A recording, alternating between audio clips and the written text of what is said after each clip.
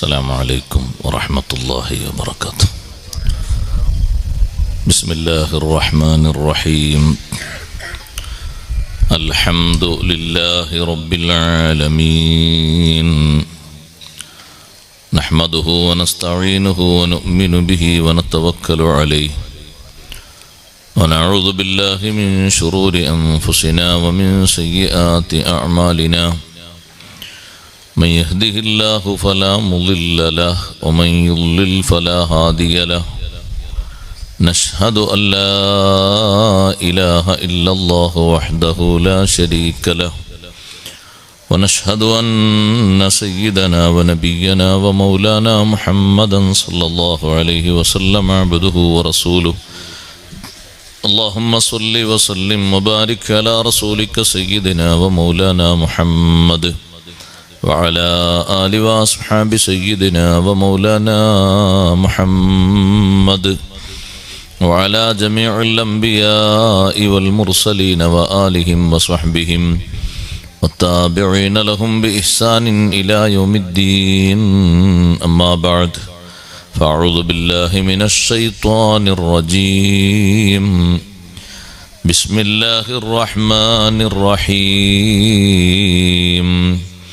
إنا أعطيناك الكوثر فصل لربك وانحر إن شانئك هو الأبتر. صدق الله العلي العظيم. صدق وصدق وبلغ رسوله النبي الكريم، ونحن على ما قال ربنا من الشاهدين الشاكرين، والحمد لله رب العالمين. يا سيدي جد لي فجودك منتظر للمرتجي لا سيما للفقر. ما لي سوى مدحي وحبي من ذخر، فهما الذخيرة لي ونعم المدخر. بهما رجائي أن عيني قد تقر، إذ ما يقابل كل ساع بالأجر. يا رب صل على النبي محمد منجي الخلائق من جهنم في غدي. واعلموا يا أمة سيدنا ومولانا محمد اللهم صل وسلم وبارك عليه. സമാദരണീയരായ സയ്യിദ് അവറുകളെ, ഉസ്താദുമാരെ, രക്ഷിതാക്കളെ, മാന്യ സഹോദരങ്ങളെ, സഹോദരിമാരെ, സുഹൃത്തുക്കളെ, അൽഹംദുലില്ലാഹ്, അള്ളാഹുവിൻ്റെ അതിമഹത്തായ അനുഗ്രഹത്താൽ വിശുദ്ധ ഖുർആനിലെ സൂറത്തുൽ കൗസർ ബിസ്മി കഴിഞ്ഞാൽ ഉള്ള 3 ആയത്തുകളിൽ 2 ആയത്തുകളാണ് ചെറിയ രൂപത്തിൽ നാം പറഞ്ഞു വച്ചത്. അഷ്റഫുൽ ഖൽഖ് സയ്യിദുനാ റസൂലുള്ളാഹി സ്വല്ലല്ലാഹു അലൈഹി വസല്ലം തങ്ങൾക്ക് ധാരാളം അനുഗ്രഹങ്ങൾ നൽകിയിട്ട് റബ്ബ് സുബ്ഹാനഹു വ തആല അതിന് പകരമായി ചോദിക്കുന്നത് പ്രധാനമായും 2 കാര്യങ്ങളാണ്. ഫസ്വല്ലി ലിറബ്ബിക വൻഹർ, റബ്ബിന് വേണ്ടി അവിടുന്ന് നിസ്കാരം നിർവഹിക്കണം. വൻഹർ, ബലിദാനം നടത്തുകയും വേണം. ആ 2 വാക്യങ്ങളുടെയും പ്രധാനപ്പെട്ട വ്യാഖ്യാനങ്ങളിൽ ഒന്നാണത്. പക്ഷെ ഇവിടെ കാര്യമായും ശ്രദ്ധിക്കേണ്ട ഒരു വിഷയം, അൽ കൗസർ എന്ന പദത്തിലൊതുങ്ങുന്ന എന്തെല്ലാം തരം അനുഗ്രഹങ്ങളുണ്ടോ ആ അനുഗ്രഹങ്ങൾക്കൊക്കെ അല്ലാഹു തആല ചോദിക്കുന്ന, പകരമായി ചോദിക്കുന്ന നന്ദി ഉടനെ നിർവഹിക്കണം എന്ന് സൂചിപ്പിക്കുന്ന ഒരു പദമാണ് ഫസ്വല്ലി എന്നിടത്ത ഫാ. ഏത് അനുഗ്രഹങ്ങൾ അല്ലാഹു നമുക്ക് നൽകിയാലും ആ അനുഗ്രഹങ്ങൾക്കൊക്കെ ഉടനെ നന്ദിയുള്ളവരാകണം. അഷ്റഫുൽ ഖൽഖ് സ്വല്ലല്ലാഹു അലൈഹി വസല്ലം തങ്ങൾ അള്ളാഹുവിന് വേണ്ടി, റബ്ബിന് വേണ്ടി അവിടുത്തെ ശരീരം മുഴുവനും സമർപ്പിച്ചു. തങ്ങൾ സമർപ്പിച്ച ഏറ്റവും വലിയ സമർപ്പണം അത് അള്ളാഹുവിന് വേണ്ടിയുള്ള, റബ്ബിന് വേണ്ടിയുള്ള നിസ്കാരം തന്നെയായിരുന്നു. ഏറ്റവും അധികം അവിടുന്ന് ശ്രദ്ധിച്ചതും സൂക്ഷിച്ചതും ജനസമൂഹത്തെ ഉണർത്തിയതും പ്രധാനമായും നിസ്കാരമാണ്. അല്ലാഹു തആല നമ്മോടും ചോദിക്കുന്ന ഒരു പ്രധാനപ്പെട്ട ചോദ്യം അതുതന്നെയാണ്. നമ്മിൽ നിന്ന് അല്ലാഹു തആല ആഗ്രഹിക്കുന്ന, പ്രതീക്ഷിക്കുന്ന ഒരു പ്രധാനപ്പെട്ട നന്ദിബോധവും റബ്ബിന് വേണ്ടിയുള്ള നിസ്കാരം. സാധാ നിസ്കാരമല്ല, ഫസ്വല്ലി ലി റബ്ബിക. ഞാൻ അതിലേക്ക് വരാം. അതിൻ്റെ മുമ്പ് നിസ്കാരം പ്രധാനപ്പെട്ട ഒരു ശുക്റാണ്. അതിൻ്റെ 3 തലങ്ങൾ നിസ്കാരത്തിൽ മേളിക്കുന്നു എന്ന് ഇന്നലെ നാം പറഞ്ഞു. അഷ്റഫുൽ ഖൽഖ് സ്വല്ലല്ലാഹു അലൈഹി വസല്ലം തങ്ങൾ ഏറ്റവും അധികം ഉമ്മത്തിനോട് ശ്രദ്ധിക്കാൻ പറഞ്ഞ വിഷയവും നിസ്കാരമാണ്. ബഹുമാനപ്പെട്ട സയ്യിദത്തുന ബീവി ആയിഷ റളിയല്ലാഹു അൻഹയുടെ മടിയിലേക്ക് ചാരിക്കിടന്നാണ് അവിടുന്ന് വഫാത്തായത്. റബീഉൽ അവ്വൽ മാസം 12 തിങ്കളാഴ്ച ദിവസം സുബ്ഹിക്ക് ശേഷം നബി സല്ലല്ലാഹു അലൈഹി വസല്ലം തങ്ങൾ വഫാത്താകുന്ന സമയത്ത് ആയിഷ ബീവി റളിയല്ലാഹു അൻഹ പറഞ്ഞു, എൻ്റെ നെഞ്ചിൻ്റെ ഭാഗത്തേക്ക് ചാരിക്കിടക്കുന്ന ഹബീബ് സല്ലല്ലാഹു അലൈഹി വസല്ലം സംസാരിക്കുന്നുണ്ട്, പക്ഷേ ശബ്ദം പതുക്കെയാണ്.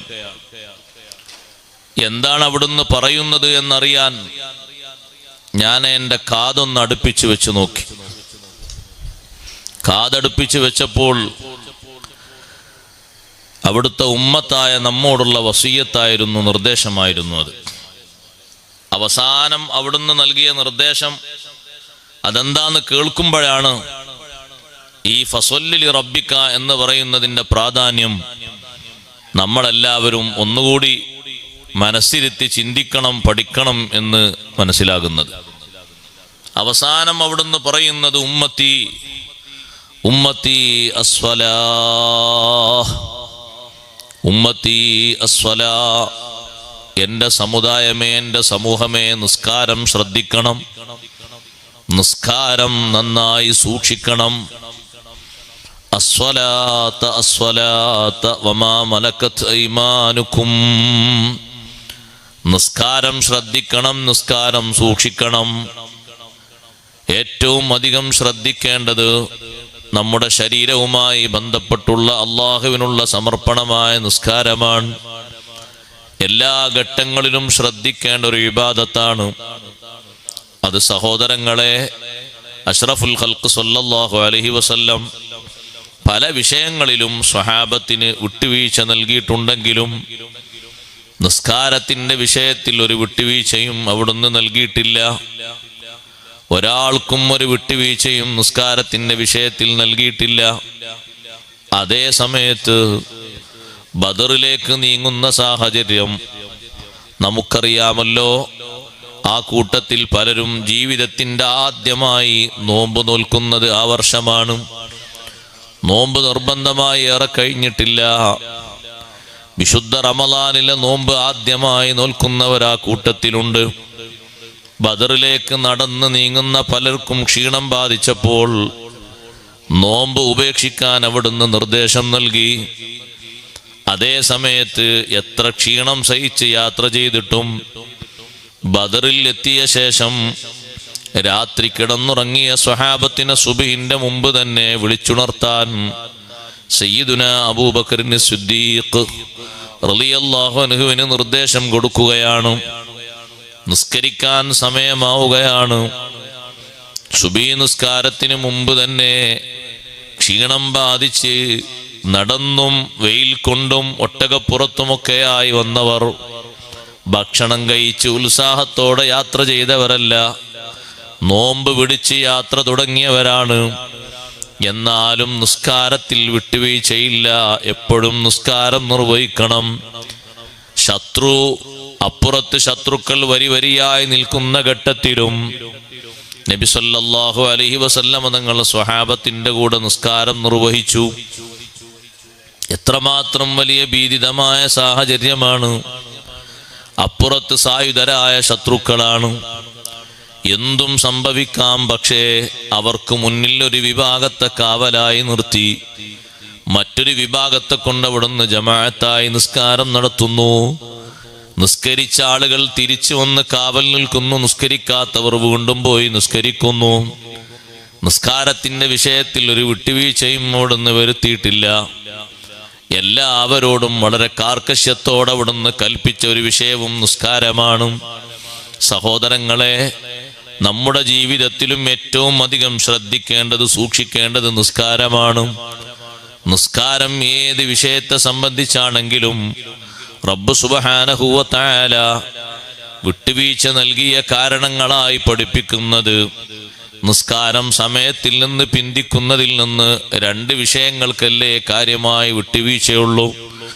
ഒന്ന്, അനിയന്ത്രിതമായ ഉറക്കം സംഭവിച്ചുപോയി.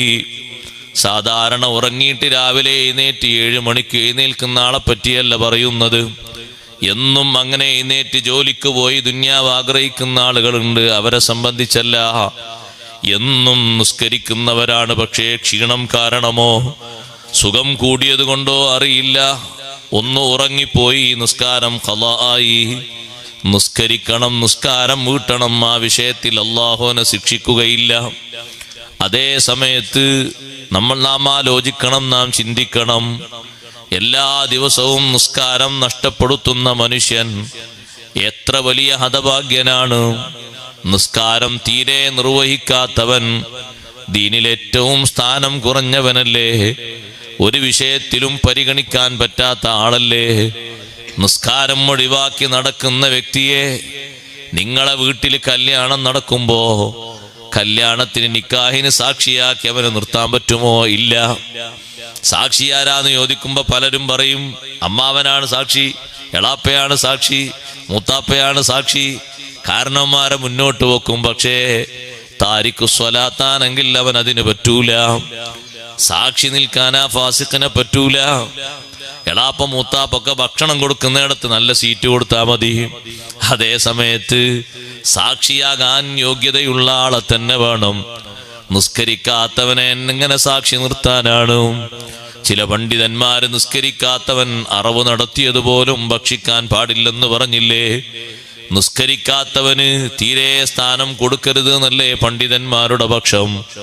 നിസ്കരിക്കാത്ത മനുഷ്യനെ കാണുമ്പോ അവനോട് ഏറ്റവും കൂടുതൽ വെറുപ്പും വിരോധവും പ്രകടിപ്പിക്കണം.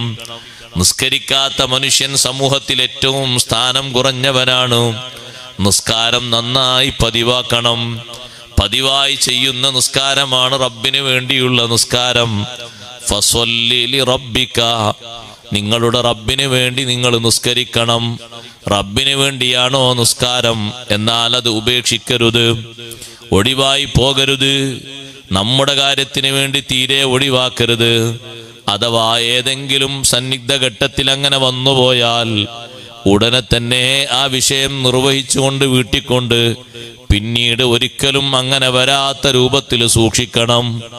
നിസ്കാരം ഒഴിവാക്കുന്നതിന് ജോലി ഒരിക്കലും കാരണമായി അള്ളാഹു വെച്ചിട്ടില്ല. രോഗം ഒരിക്കലും കാരണമായി വെച്ചിട്ടില്ല. ആരുടെയെങ്കിലും ജനനമോ മരണമോ കല്യാണമോ സൽക്കാരമോ തുടങ്ങിയൊരൊറ്റ വിഷയവും നിസ്കാരം ഒഴിവാക്കുന്നതിന് അല്ലാഹു പൊരുത്തപ്പെടുന്ന കാരണങ്ങളല്ല. ഫസല്ലി ലിറബ്ബിക, റബ്ബിന് വേണ്ടി നീ നിസ്കരിക്കണം. അഥവാ പതിവായുള്ള നിസ്കാരമാണ് അല്ലാഹുവിന് വേണ്ടിയുള്ള നിസ്കാരം, എന്നും നിർവഹിക്കുന്ന നിസ്കാരമാണ്. തോന്നുമ്പോൾ നിസ്കരിക്കുന്നവനാകരുത്, എപ്പോഴും നിസ്കാരം നിർവഹിക്കുന്നവനാകണം.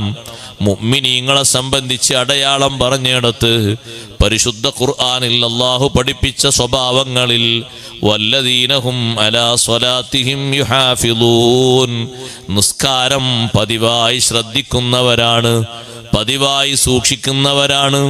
നബി സല്ലല്ലാഹു അലൈഹി വസല്ലമ തങ്ങൾ റബ്ബിന് വേണ്ടി അവിടുത്തെ ശരീരം മുഴുവനും നിസ്കാരം കൊണ്ട് സമർപ്പിച്ചു. നിസ്കാരത്തിൽ അവിടുത്തെ ശരീരം സമർപ്പിച്ചതുപോലെ കാണുകയും മക്കയിൽ വെച്ച് തന്നെ അവിടുന്ന് നിസ്കരിച്ച് ആരംഭിച്ച നിസ്കാരമാണ് സ്വലാത്തുൽ ലൈൽ, തഹജ്ജുദ് നിസ്കാരം. ആ തഹജ്ജുദ് നിസ്കാരം തങ്ങൾ നിർവഹിക്കുന്നത് 1, 2, 3 മണിക്കൂറൊക്കെ നീണ്ടു നിൽക്കുന്ന നിസ്കാരമാണ്.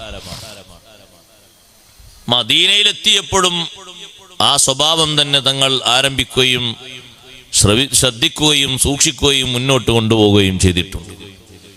എല്ലാ ഘട്ടങ്ങളിലും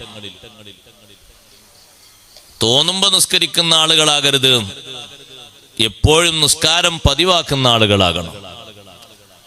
നമുക്ക് സന്തോഷവും ആരോഗ്യവും സാമ്പത്തിക പുരോഗതിയൊക്കെ ഉഷാറാകുമ്പോൾ മാത്രം നിസ്കരിക്കുന്ന ഒരു കൂട്ടർ അങ്ങനെ ആകാൻ പാടില്ല.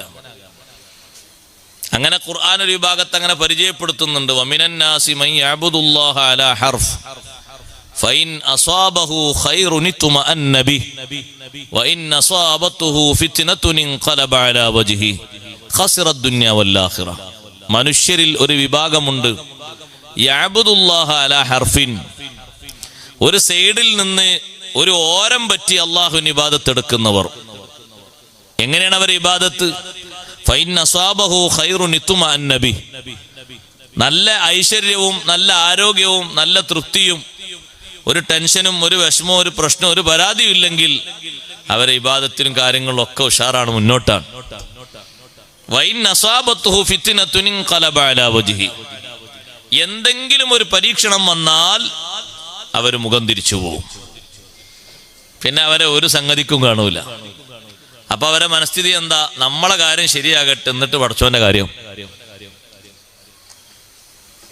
അല്ലാഹു സുബ്ഹാനഹു വ തആല ഏത് പരീക്ഷണ ഘട്ടം നൽകിയാലും തരണം ചെയ്ത് അല്ലാഹുവിന് നമ്മുടെ ശരീരം സമർപ്പിക്കണം. നമ്മുടെ ശരീരത്തിന്റെ മേൽ ഒരു അധികാരവും ഒരു അവകാശവും നമുക്കില്ല. ഈ ശരീരം നിയന്ത്രിക്കാനുള്ള പൂർണ്ണ അധികാരം അല്ലാഹുവിനാണ്. ഉടമസ്ഥനും അവനാണ്. അവൻ തന്ന അനുഗ്രഹങ്ങൾക്ക് ഒരു അനുഗ്രഹത്തിന് ഒരൊറ്റ ഒന്നിന് കടപിടിക്കുന്ന ശുക്ർ ചെയ്യാൻ നമ്മെ കൊണ്ട് കഴിയില്ല. ധാരാളം അനുഗ്രഹങ്ങൾ അല്ലാഹു നമുക്ക് ചൊരിഞ്ഞു തന്നു. അതിന് നിലനിർത്തേണ്ട ശുക്റാണ് നിസ്കാരം. അത് ഫസല്ലി ലിറബ്ബിക, റബ്ബിന് വേണ്ടിയുള്ള നിസ്കാരം നിർവഹിക്കണം. അവിടെ റബ്ബിന് വേണ്ടി നിസ്കാരം നിർവഹിക്കണം എന്ന് പറഞ്ഞിടത്ത് ബഹുമാനപ്പെട്ട ഖുർആൻ പണ്ഡിതന്മാർ പ്രത്യേകം പറഞ്ഞു, ലിറബ്ബിക എന്ന് അല്ലാഹു തആല ഈ സൂറത്തിൽ പറഞ്ഞത് റബ്ബിന് വേണ്ടിയുള്ള നിസ്കാരം. അല്ലാത്ത നിസ്കാരം ഉണ്ടോ? റബ്ബിന് വേണ്ടി അല്ലാത്ത നിസ്കാരം ഉണ്ട്. അല്ലാത്ത നിസ്കാരമുണ്ട്. ഷർത്തും ഫർളും സുന്നത്തൊന്നും നേർക്ക് വെക്കാത്ത നിസ്കാരം അതാർക്കോ വേണ്ടിയുള്ള നിസ്കാരമാണ്. റബ്ബിന് വേണ്ടിയാകണം നിസ്കാരം. നല്ല ശ്രദ്ധയോടുകൂടി നിസ്കരിക്കണം നിസ്കാരം. നിസ്കാരം സഹോദരങ്ങളെ കടമ നിർവഹിക്കാൻ വേണ്ടി മാത്രമാകരുത്. നിസ്കരിച്ചു എന്ന് മറ്റൊരാൾ പറയാൻ വേണ്ടിയുള്ള നിസ്കാരമാകരുത്. നിസ്കാരത്തിലാണ് ഏറ്റവും അധികം ശ്രദ്ധ വേണ്ടത്, സൂക്ഷ്മത വേണ്ടത്. നിസ്കരിക്കുന്നവൻ ആദ്യമായി റബ്ബിന് വേണ്ടിയുള്ള നിസ്കാരം നിർവഹിക്കുന്ന ആള്. ആ നിസ്കാരത്തിന്റെ മുൻപന്തിയിൽ ഉണ്ടാകുന്ന വുളൂ അത് വളരെ സൂക്ഷ്മതയോടെ ശ്രദ്ധയോടെ തന്നെ പാലിക്കണം. വുളൂഇൽ അബദ്ധം വന്ന് ചേരരുത്. വുളൂ ശരിയായിട്ടില്ലെങ്കിൽ നിസ്കാരം ശരിയാവോ? ഇല്ല, അതെല്ലാവർക്കും അറിയാം. വുളൂ ശരിയായിട്ടില്ലെങ്കിൽ നിസ്കാരം ശരിയാവില്ല, അതെല്ലാവർക്കും അറിയാം. പക്ഷെ ശരിയായ രൂപത്തിലും ഭാവത്തിലും ഉളു എടുക്കാൻ അറിയണം. അതെപ്പോഴും അറിയണം. നിയ്യത്ത് വെക്കേണ്ട തുടക്കം മോനെ ഉളുവിന് എപ്പോഴാ നിയ്യത്ത് തുടങ്ങണ്ടേ? മുഖം കഴുകുമ്പോ അല്ല, കൈ കഴുകുമ്പോഴും അല്ല. അഊദു ബില്ലാഹി മിനശ് ശൈത്വാനിർ റജീം എന്ന് പറയുമ്പോൾ തുടക്കത്തിലല്ലേ ദിക്ർ? തുടക്കത്തിലുള്ള ദിക്ർ എന്താ? അഊദും ബിസ്മിയും ചൊല്ലിയിട്ട് അശ്ഹദു അല്ലാ ഇലാഹ ഇല്ലല്ലാഹു വഹ്ദഹു ലാ ശരീക ലഹു എന്നല്ലേ? അപ്പൊ അഊദും ബിസ്മിയാണ് തുടക്കത്തിൽ. അത് ചൊല്ലുമ്പോ മനസ്സിൽ നിയ്യത്ത് വേണം, ഉളൂവിന്റെ സുന്നത്താണ്. ഉളൂവിന്റെ സുന്നത്ത് ഞാൻ നിർവഹിക്കുന്നു എന്നുള്ള നിയ്യത്ത് മനസ്സുകൊണ്ട് പറയാ നിയ്യത്ത് മനസ്സിൽ കരുതുക. അഊദും ബിസ്മിയൊക്കെ ചൊല്ലിയിട്ട് ദിക്റും ചൊല്ലിയിട്ട് ഉളൂ എടുക്കുക. മുൻകൈ കഴുകുമ്പോഴൊക്കെ ആ ദിക്ർ, ആ സുന്നത്ത്, ആ നിയ്യത്ത് നമ്മുടെ മനസ്സിൽ നിലനിൽക്കണം. ഉളൂവിന്റെ സുന്നത്ത് നിർവഹിക്കുന്നു. കൊപ്ലിക്കുന്ന സമയത്തും മൂക്കിൽ വെള്ളം കയറ്റി ചീറ്റുന്ന സമയത്തും കൊപ്ലിക്കുന്നതിന്റെ മുമ്പുള്ള മിസ്വാക്കിന്റെ സമയത്തും ഒക്കെ ആ നിയ്യത്ത് വേണം, സുന്നത്തിന്റെ നിയ്യത്ത്. ഒരാളിങ്ങനെ അഊദും ബിസ്മിയും ചൊല്ലി കയ്യും കഴുകി കൊപ്ലിച്ചു, മൂക്കിൽ വെള്ളം കയറ്റി ചീറ്റി, നിയ്യത്ത് ആരംഭിക്കുന്നത് ഈ മുഖം കഴുകുമ്പോഴാണ്, ഫർളായ നിയ്യത്ത്. എന്നാൽ അതുമുതലേ കാര്യമായിട്ട് ഉളൂവിന്റെ പരിഗണന ഉണ്ടാകുള്ളൂ. ശരിക്ക് ഈ കഴുകിയതൊക്കെ സവാബ് കിട്ടുന്ന രൂപത്തിൽ, ഉളൂഇന് പൂർണ്ണത ലഭിക്കുന്ന രൂപത്തിലാകണമെങ്കിൽ അപ്പോഴൊക്കെ സുന്നത്ത് എന്ന നിയ്യത്ത് മനസ്സിൽ വേണം. പുതിയ മസല ഇന്ന് ഉണ്ടാക്കി വന്നിട്ടൊന്ന് അവതരിപ്പിക്കല്ലോ കേട്ടോ, കിതാബിൽ പണ്ടേ ഉള്ള മസലയാണ്. സുന്നത്ത് അവിടെ കരുതണം, അവിടെ സൂക്ഷിക്കണം. സുന്നത്തായ സംഗതികൾ ചെയ്യുമ്പോൾ സുന്നത്തായ നിയ്യത്ത് മനസ്സിൽ വേണം. അഊദും ബിസ്മിയും ദിക്റൊക്കെ ചൊല്ലിയിട്ടുള്ള ഉളൂ കാണാൻ വലിയ പരല്ലേ. നിങ്ങളിവിടെ നിന്നിട്ട് ഉളൂ എടുക്കുന്നവരൊക്കെ ഒന്ന് 10-15 മിനിറ്റ് നിന്ന് വീക്ഷിച്ചു നോക്കണ്ട്. ആകെ ഉളൂഇന് ഏറ്റവും പ്രധാനമായും തുടക്കത്തിലും ഒടുക്കത്തിലുമാണ് ദിക്ർ. തുടക്കത്തിലും ഒടുക്കത്തിലുള്ള ദിക്ർ താമായി ചൊല്ലിയിട്ടുള്ള ഉളൂ എത്ര നടത്തുമെന്ന് ആലോചിച്ച് നോക്കി.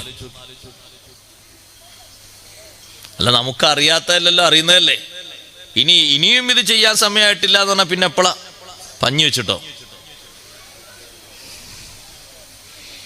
ഉളൂ എടുക്കുന്ന എല്ലാവരും ഉളൂ എടുത്തല്ലേ? ഒന്ന് ചിന്തിച്ചു നോക്കൂ. എന്നാ നമ്മൾ ഉളൂ ഒന്ന് ക്ലിയർ ആക്കി ചെയ്യാം. റബ്ബിന് വേണ്ടിയുള്ള നിസ്കാരം നിർവഹിക്കുന്ന ആളാ, നിസ്കാരത്തിന്റെ മുഖദ്ദിമയായ ആമുഖമായിട്ടുള്ള ഉളൂ അത് വളരെ കൃത്യമായി ശ്രദ്ധിക്കണം. അതിൽ അപാകത വരരുത്.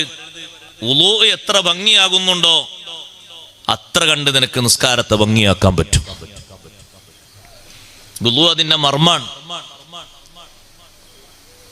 അങ്ങനെ തുടക്കത്തിലും ഒടുക്കത്തിലുള്ള ദിക്ർ ശ്രദ്ധിക്കുക.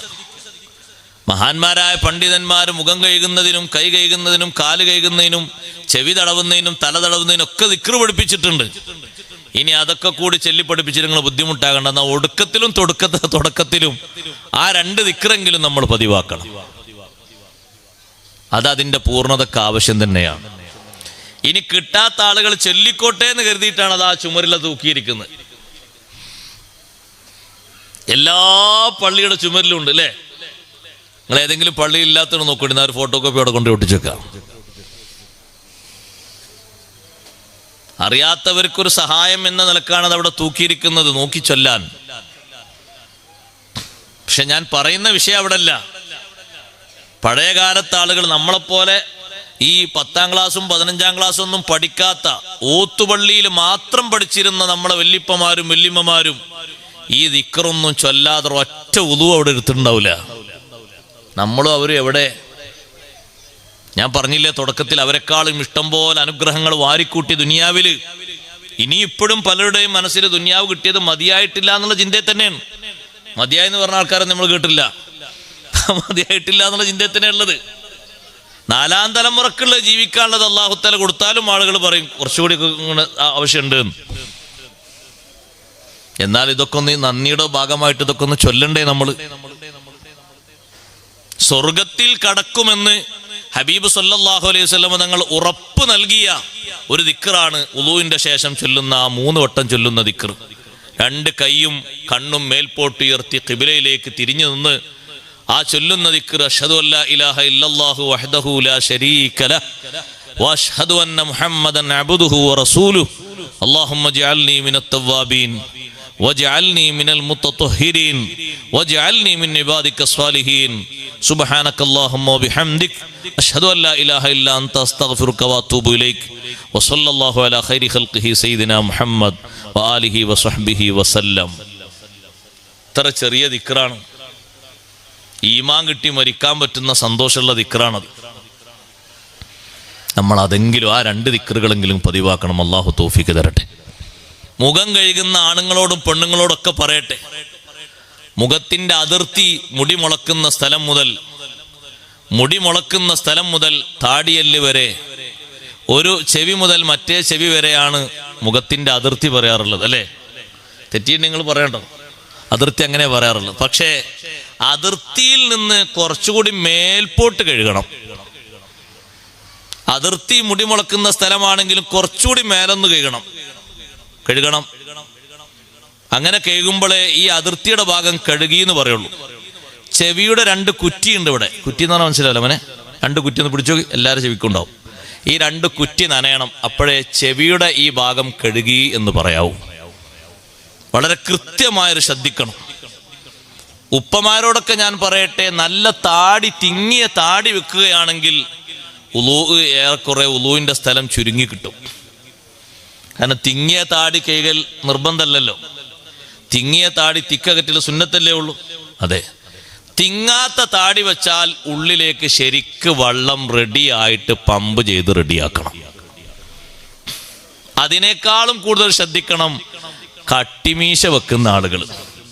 മീശ വെട്ടി ചെറുതാക്കുകയാണ് വേണ്ടത്. കട്ടിമീശയുടെ ഉള്ളിലേക്ക് ശരിക്ക് വെള്ളം ചേരണം. അല്ലാതെ ആ ഭാഗം കഴുകി എന്ന് പറയാൻ കഴിയൂല. അപ്പൊ താടി ക്ലീൻ ആക്കിയ ആളുകൾ ആ ഭാഗം മൊത്തം കഴുകണം. വെള്ളം ഇങ്ങനെ ചെറിയ രൂപത്തിൽ നിന്ന് ഇങ്ങനെ നനഞ്ഞാൽ പോരാ, വെള്ളം ഇങ്ങനെ ഒലിക്കണം. ഈ കണ്ട ഭാഗങ്ങളിലൂടെയൊക്കെ ഒലിക്കണം വെള്ളം. 3 പ്രാവശ്യം ഒരാൾ കഴുകി,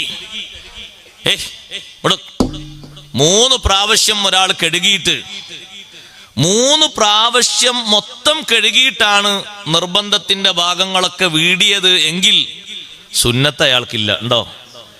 സുന്നത്തില്ല. കാരണം സുന്നത്തായിട്ടുള്ള കഴുകൽ വേണമെങ്കിൽ നിർബന്ധത്തിന്റെ ഭാഗങ്ങളൊക്കെ 1ാമത്തെ രൂപത്തിൽ പൂർത്തിയായാൽ 2ഉം 3ഉം സുന്നത്ത് കിട്ടും. 1ാമത്തേൽ കഴുകി കുറഞ്ഞ ഭാഗം വിട്ടു, 2ാമത്തേൽ അത് പൂരിപ്പിച്ചു, 3ാമത്തേൽ ബാക്കിയും പൂരിപ്പിച്ചു. ഇപ്പൊ എന്തേ വീടിയിട്ടുള്ളൂ? ഫർളേ വീടിയിട്ടുള്ളൂ. ഫർള്, ആ മുഖം കഴുകി എന്നുള്ള ഫർള് കിട്ടി. ഫർളായ ഭാഗങ്ങൾ മൊത്തം കഴുകിയത് 2ാമത്തെ പ്രാവശ്യം കൊണ്ടാണ് കഴുകി വീടിയതെങ്കിൽ ഒരു സുന്നത്ത് കിട്ടും 3ാമത് കഴുകുമ്പോ. അപ്പൊ 1 കഴുകിയിട്ട് 2ഉം 3ഉം സുന്നത്താകണമെങ്കിൽ 1ാമത്തെ പ്രാവശ്യം കൊണ്ട് തന്നെ ഫർളിന്റെ ഭാഗങ്ങളൊക്കെ കഴുകലിൽ പൂർത്തിയാകണം. ഇപ്പൊ കൈ കഴുകുന്ന ഒരാള് ഇങ്ങനെ വെള്ളമെടുത്തിട്ട് ഈ മുട്ടിന്റെ കൈതാ മുട്ട് എല്ല് കാണുന്ന കുറച്ചുകൂടി ഇപ്പുറത്തേക്ക് മൊത്തം ഇങ്ങനെ നനച്ചു, ശരിക്കും ഇങ്ങനെ ഒലിച്ചു. 1ാം തവണ തന്നെ കൈയിന്റെ ആ ഭാഗങ്ങളൊക്കെ ക്ലിയറായി നനഞ്ഞു. എന്നാൽ 2ലും 3ലും സുന്നത്തായ കൈകൾ കിട്ടി. ഒരു വെള്ളമെടുത്ത് ഇങ്ങനെ കഴുകി, അപ്പൊ ഇവിടെ നനഞ്ഞിട്ടില്ല. 2ാമത്തേൽ കുറച്ച് ഇവിടെ നനഞ്ഞു, 3ാമത്തേൽ ഇവിടെയും കുറച്ച് നനഞ്ഞു, റെഡിയായി. 3 കഴുകലും കൂടിയിട്ടാണ് ഫർളായ ഭാഗങ്ങൾ ഫുള്ളായത് എങ്കിൽ ഫർള് മാത്രമേ ലഭിച്ചിട്ടുള്ളൂ, സുന്നത്ത് ലഭിച്ചിട്ടില്ല. ഉളൂ പൂർണ്ണമാണോ എന്ന് വെച്ചാൽ പൂർണ്ണമല്ല. കാരണം സുന്നത്തില്ല, ഫർള് മാത്രമേ ഉള്ളൂ. അത് നന്നായി ശ്രദ്ധിക്കണം, നന്നായി സൂക്ഷിക്കണം. മുടി തന്നെ തടവുന്ന ആളുകള് തലയുടെ പരിധി കടന്നിട്ട് തലയുടെ പരിധി വിട്ട രീതിയിലുള്ള മുടി, അത് മേൽപോട്ട് ഇങ്ങനെ വാർന്നു വെച്ച മുടിയാന്ന് കൂട്ടിക്കോളൂ. മുന്നിലേക്ക് വാരുമ്പോ തലയുടെ പരിധി വിട്ടിപ്പുറത്തേക്ക് പോയിട്ടുണ്ട് ആ മുടി, അതാണ് തടവുന്നത് എങ്കിൽ മതിയാകൂല. തലയിൽ ഉള്ള ഭാഗത്തുള്ള മുടിയാണ് തടവേണ്ടത്. ഉദാഹരണമായിട്ട് ഒരാളെ മുടി പെരടിയിൽ നിന്ന് ഇങ്ങോട്ട് ഇറങ്ങിയിട്ടുണ്ട്, ചെവിക്കുറ്റിയിൽ നിന്ന് ഇങ്ങോട്ട് ഇറങ്ങിയിട്ടുണ്ട്. കുറച്ച് വെള്ളം എടുത്തിട്ട് തലമുടി തടവാന്നല്ലേ പറഞ്ഞ്? തല തടവാന്നാ പറഞ്ഞത്. തലമുടി എന്നുള്ള ആൾക്ക് ഈ മുടിയൊക്കെ തലയിൽപ്പെട്ടതാ. ഈ പെരടിയിൽ നിന്ന് ഇങ്ങോട്ട് ഇറങ്ങിയ മുടിയാണ് ഒരാൾ തടവിയതെങ്കിൽ തല തടവിയ കൂട്ടത്തിൽ പെടൂല. പരിധി വിട്ട മുടിയാണത്. അത് ശരിക്ക് ശ്രദ്ധിക്കണം, സൂക്ഷിക്കണം. കാല് കഴുകുമ്പോൾ തന്നെ എത്രമാത്രം ശ്രദ്ധിക്കാനുണ്ട്. ഈ ഭാഗങ്ങളൊക്കെ ശ്രദ്ധിച്ച് ഉളു എടുത്തെങ്കിലേ ഉളു കൃത്യമാവുകയുള്ളൂ. ഉളു റെഡിയായെങ്കിലേ ഈ പറയുന്ന നിസ്കാരം, റബ്ബിന് വേണ്ടിയുള്ള നിസ്കാരം നിർവഹിക്കാൻ കഴിയൂ. എങ്ങനെങ്കിലും നിസ്കരിക്കാന്നല്ല അല്ലാഹു തആല പറഞ്ഞത്, അത് നന്ദിയായി കൂട്ടൂല. ഫസ്വല്ലി ലിറബ്ബിക്, നിന്റെ റബ്ബിന് വേണ്ടി നീ നിസ്കരിക്കണം. ഇമാം റാസി റളിയല്ലാഹു അൻഹു അടക്കമുള്ള മഹാന്മാര് പഠിപ്പിച്ചു, റബ്ബിന് വേണ്ടി എന്ന് പ്രത്യേകം പറഞ്ഞത്, ആ ലാമിട്ട് പറഞ്ഞതിൽ ഒരു പ്രത്യേകം പഠിക്കാനുണ്ട്. ഈ ലാം റബ്ബിന് വേണ്ടിയുള്ള നിസ്കാരം എന്ന് പറഞ്ഞത് കറൂഹിലിൽ ബദനി, ശരീരത്തിനുള്ള ആത്മാവ് പോലെയാണ്. ശരീരത്തിന് സഹോദരങ്ങളെ ജീവൻ ശരിയായ രൂപത്തിലുണ്ട് എന്ന് പറയുന്നത്, ആത്മാവ് പൂർണ്ണമായ രൂപത്തിൽ ശരീരത്തെ വിട്ടുപിരിയാതെ കാൽപാദം മുതൽ മൂർധാവ് വരെ, മൂർധാവ് മുതൽ കാൽപാദം വരെ ശരിയായ രൂപത്തിൽ അങ്ങനെ നിലനിൽക്കുമ്പോഴാണ് അതിന് നല്ല പ്രശംസയും നല്ല സന്തോഷവും ലഭിക്കുന്നത്. ആത്മാവ് പൂർണ്ണമായിട്ടുണ്ടാകുമ്പോ അതേ സമയത്ത് ആത്മാവ് വേർപിരിഞ്ഞു പോയാൽ അതിനെ സംബന്ധിച്ച് ഡെഡ് ബോഡി എന്നാണ് പറയുക. അതേ ഒരു ഭാഗത്തുള്ള ആത്മാവ് പിരിഞ്ഞുപോയി, അവിടെ ചലനം ഇല്ല, അവിടെ അനക്കം ഇല്ല. റൂഹ് പിടിച്ചു തുടങ്ങുമ്പോൾ അങ്ങനെയല്ലേ, ഒരു ഭാഗത്ത് ചലനം മറ്റുപോയി, പിന്നെ നോക്കുമ്പോ അടുത്ത ഭാഗത്തും ചലനം മറ്റുപോയി. ചിലരുടേത് കണ്ടിട്ടില്ലേ നിങ്ങൾ, മണിക്കൂർ കണക്കിനുണ്ടാകാറുണ്ട്. ചിലരുടെ ആത്മാവിനെ പിടിക്കുന്നത് 1-2 ദിവസം കൂടുതൽ ഉണ്ടാകാറുണ്ട്. പെട്ടെന്ന് തന്നെ ആത്മാവിനെ പിടിക്കുന്ന സ്വഭാവവും ഉണ്ട്. ചില അവയവങ്ങൾക്കുള്ള ചലനശേഷി പൂർണ്ണമായും നശിച്ചുപോയി, തൊട്ടാൽ അറിയുന്നില്ല, അതേ ചൂട് വെപ്പിച്ചാലും അറിയുന്നില്ല, വേദനിപ്പിക്കുന്ന സ്വഭാവങ്ങൾ നൽകിയാലും അറിയുന്നില്ല. അതിൻ്റെ ആത്മാവ് വേർപിരിഞ്ഞു പോയി, അതിനൊരു ശക്തിയും ഇല്ല, ഒരു ജീവച്ചവം പോലെ കിടക്കുന്നു. കയ്യിനും കാലിനും ഒരു ശക്തിയും ഇല്ലാതെ കിടക്കുമ്പോ അങ്ങനെ പറയാറില്ലേ?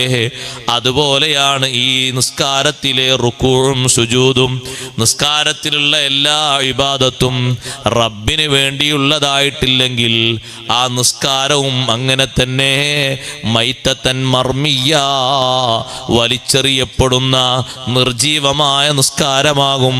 നിന്റെ നിസ്കാരത്തിലുള്ള എല്ലാ പ്രവർത്തനങ്ങളും റബ്ബിന് വേണ്ടിയുള്ളതാകണം, നല്ല ഭക്തിപൂർവമുള്ള നിസ്കാരമാകണം, ഇഖ്ലാസ് കൂടിയ നിസ്കാരമാകണം.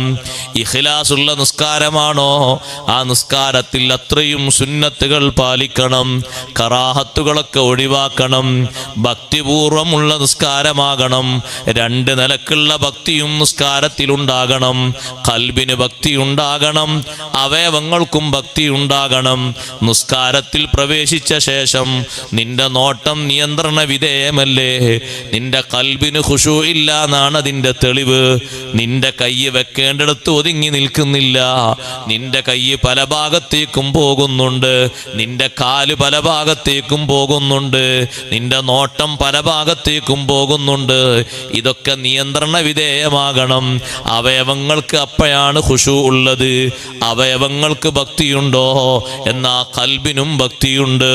ഹബീബ് റസൂലുള്ളാഹി സ്വല്ലല്ലാഹു അലൈഹി വസല്ലം നിസ്കാരത്തിൽ താടി പിടിച്ചിങ്ങനെ കളിക്കുന്ന, താടി പിടിച്ചിങ്ങനെ ശരിയാക്കുന്ന ഒരു സ്വഹാബിയെ കണ്ടു. കണ്ടപ്പോൾ തങ്ങൾ പറഞ്ഞു, ലൗ ഖശഅ ഖൽബു ഹാദാ ലഖശഅത് ജവാരിഹുഹു. ഇദ്ദേഹത്തിന്റെ മനസ്സിന് ഖുശൂ ഉണ്ടെങ്കിൽ, ഖൽബിന് ഭക്തിയുണ്ടെങ്കിൽ അവയവങ്ങൾക്കും ഭക്തി ഉണ്ടാകുമായിരുന്നു. നിസ്കാരത്തിലല്ല തലയെക്കെട്ട് ശരിയാക്കേണ്ടത്, നിസ്കാരത്തിലല്ല താടി ശരിയാക്കേണ്ടത്. നിസ്കാരത്തിലാണോ ഷർട്ടും കാര്യങ്ങളൊക്കെ ഒന്ന് റെഡിയാക്കി ചൊവ്വാക്കി നിൽക്കേണ്ടത്? തൊപ്പി റെഡിയായില്ല നിസ്കാരത്തിൽ. നിസ്കാരത്തിൽ ഇപ്പൊ ഫോൺ ശരിയാക്കുന്നവരെ നിസ്കാരത്തിലാണ്. അള്ളാഹു കാത്തു രക്ഷിക്കട്ടെ. എന്തൊക്കെയാണ് ആൾക്കാരെ ഹാല്. ഫോണൊന്ന് ശബ്ദിച്ചിട്ടുണ്ടെങ്കിൽ ഫോൺ കീശയിട്ടല്ലേ, ശബ്ദിച്ചാൽ ഒരു പ്രശ്നവുമില്ല. അങ്ങനെ ഒന്ന് അവിടെ ആ സ്വിച്ചൊക്കെ അറിയാലോ, സ്വിച്ചുമിലൊന്നിങ്ങനെ ഒന്ന് അമർത്തി കൊടുത്താൽ മതിയല്ലോ, സൗണ്ട് ഇല്ലാതെ. ഓഫാക്കൊന്നും വേണ്ട. ഓഫാക്കിയാൽ ആരെങ്കിലും നിസ്കാരത്തിൻ്റെ ഇടയിൽ മരിച്ചുപോയാലോ, മരിച്ചുപോയ അയാൾക്ക് ഹയാത്താകണമെങ്കിൽ ഫോൺ ഓൺ ആയിക്കണ്ടേ? എന്താ ഇവരൊക്കെ തിരക്ക്. ഫോൺ ഇങ്ങനെ നമ്പർ ഇങ്ങനെ അടിക്കന്നെ, അതിങ്ങനെ ശബ്ദം ഉണ്ടാക്കന്നെ ഒക്കെ. നിസ്കാരം റബ്ബിന് വേണ്ടിയുള്ള നിസ്കാരമാണ്, മറ്റു ശുഗലുകളിലേക്കൊന്നും പോകാൻ പാടില്ല. കറാഹത്തുകൾ ഒഴിവാക്കിയ നിസ്കാരമാകണം നമ്മുടെ നിസ്കാരം. നിസ്കരിക്കാൻ വരുന്ന ആളുകളൊക്കെ കഴിവിന്റെ പരമാവധി കറാഹത്തുകൾ ഒഴിവാക്കി നിസ്കരിക്കണം. വേഷവിധാനത്തിലുള്ള കറാഹത്തുകൾ ഒഴിവാക്കണം. കൈ ചുരുട്ടിക്കൂട്ടി വെച്ച് നിസ്കരിക്കാൻ പാടില്ല, കറാഹത്താണ്. കൈ ചുരുട്ടിക്കൂട്ടി വെച്ച് നിസ്കരിക്കാൻ പാടില്ല, കൈ നിവർത്തിയിടണം. പാന്റ് ചുരുട്ടിക്കൂട്ടി വെച്ച് നിസ്കരിക്കാൻ പാടില്ല, പാകത്തിലുള്ള പാന്റ് ധരിക്കണം. പാന്റ് മോശപ്പെട്ട വസ്ത്രധാരണമൊന്നല്ല, നല്ലതാണ്. നല്ല രൂപത്തിലാണെങ്കിൽ നല്ലതാണ്.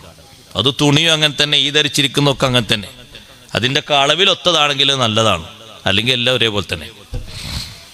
പാൻറ്റിനായിട്ട് കുറ്റം പറയില്ല, പാൻറ് നല്ല വസ്ത്രം തന്നെയാണ്, നല്ല രൂപത്തിലാണെങ്കിൽ. തുണി അങ്ങനെ തന്നെ, തുണി ഞെരിയാണിക്ക് താഴെ ഇറങ്ങാൻ പാടില്ല, പാൻറ്റും ഇറങ്ങാൻ പാടില്ല. നിയമക്കെല്ലാത്തിനും ഒന്നും തന്നെയല്ലേ. കന്തൂറ ഇറങ്ങാൻ പാടില്ല, കന്തൂറ നെരി ഇറങ്ങാൻ പാടുണ്ടോ? പറ്റൂല.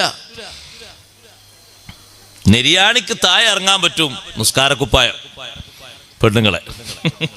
അത് നല്ലോണം താഴോട്ട് ഇറങ്ങണം.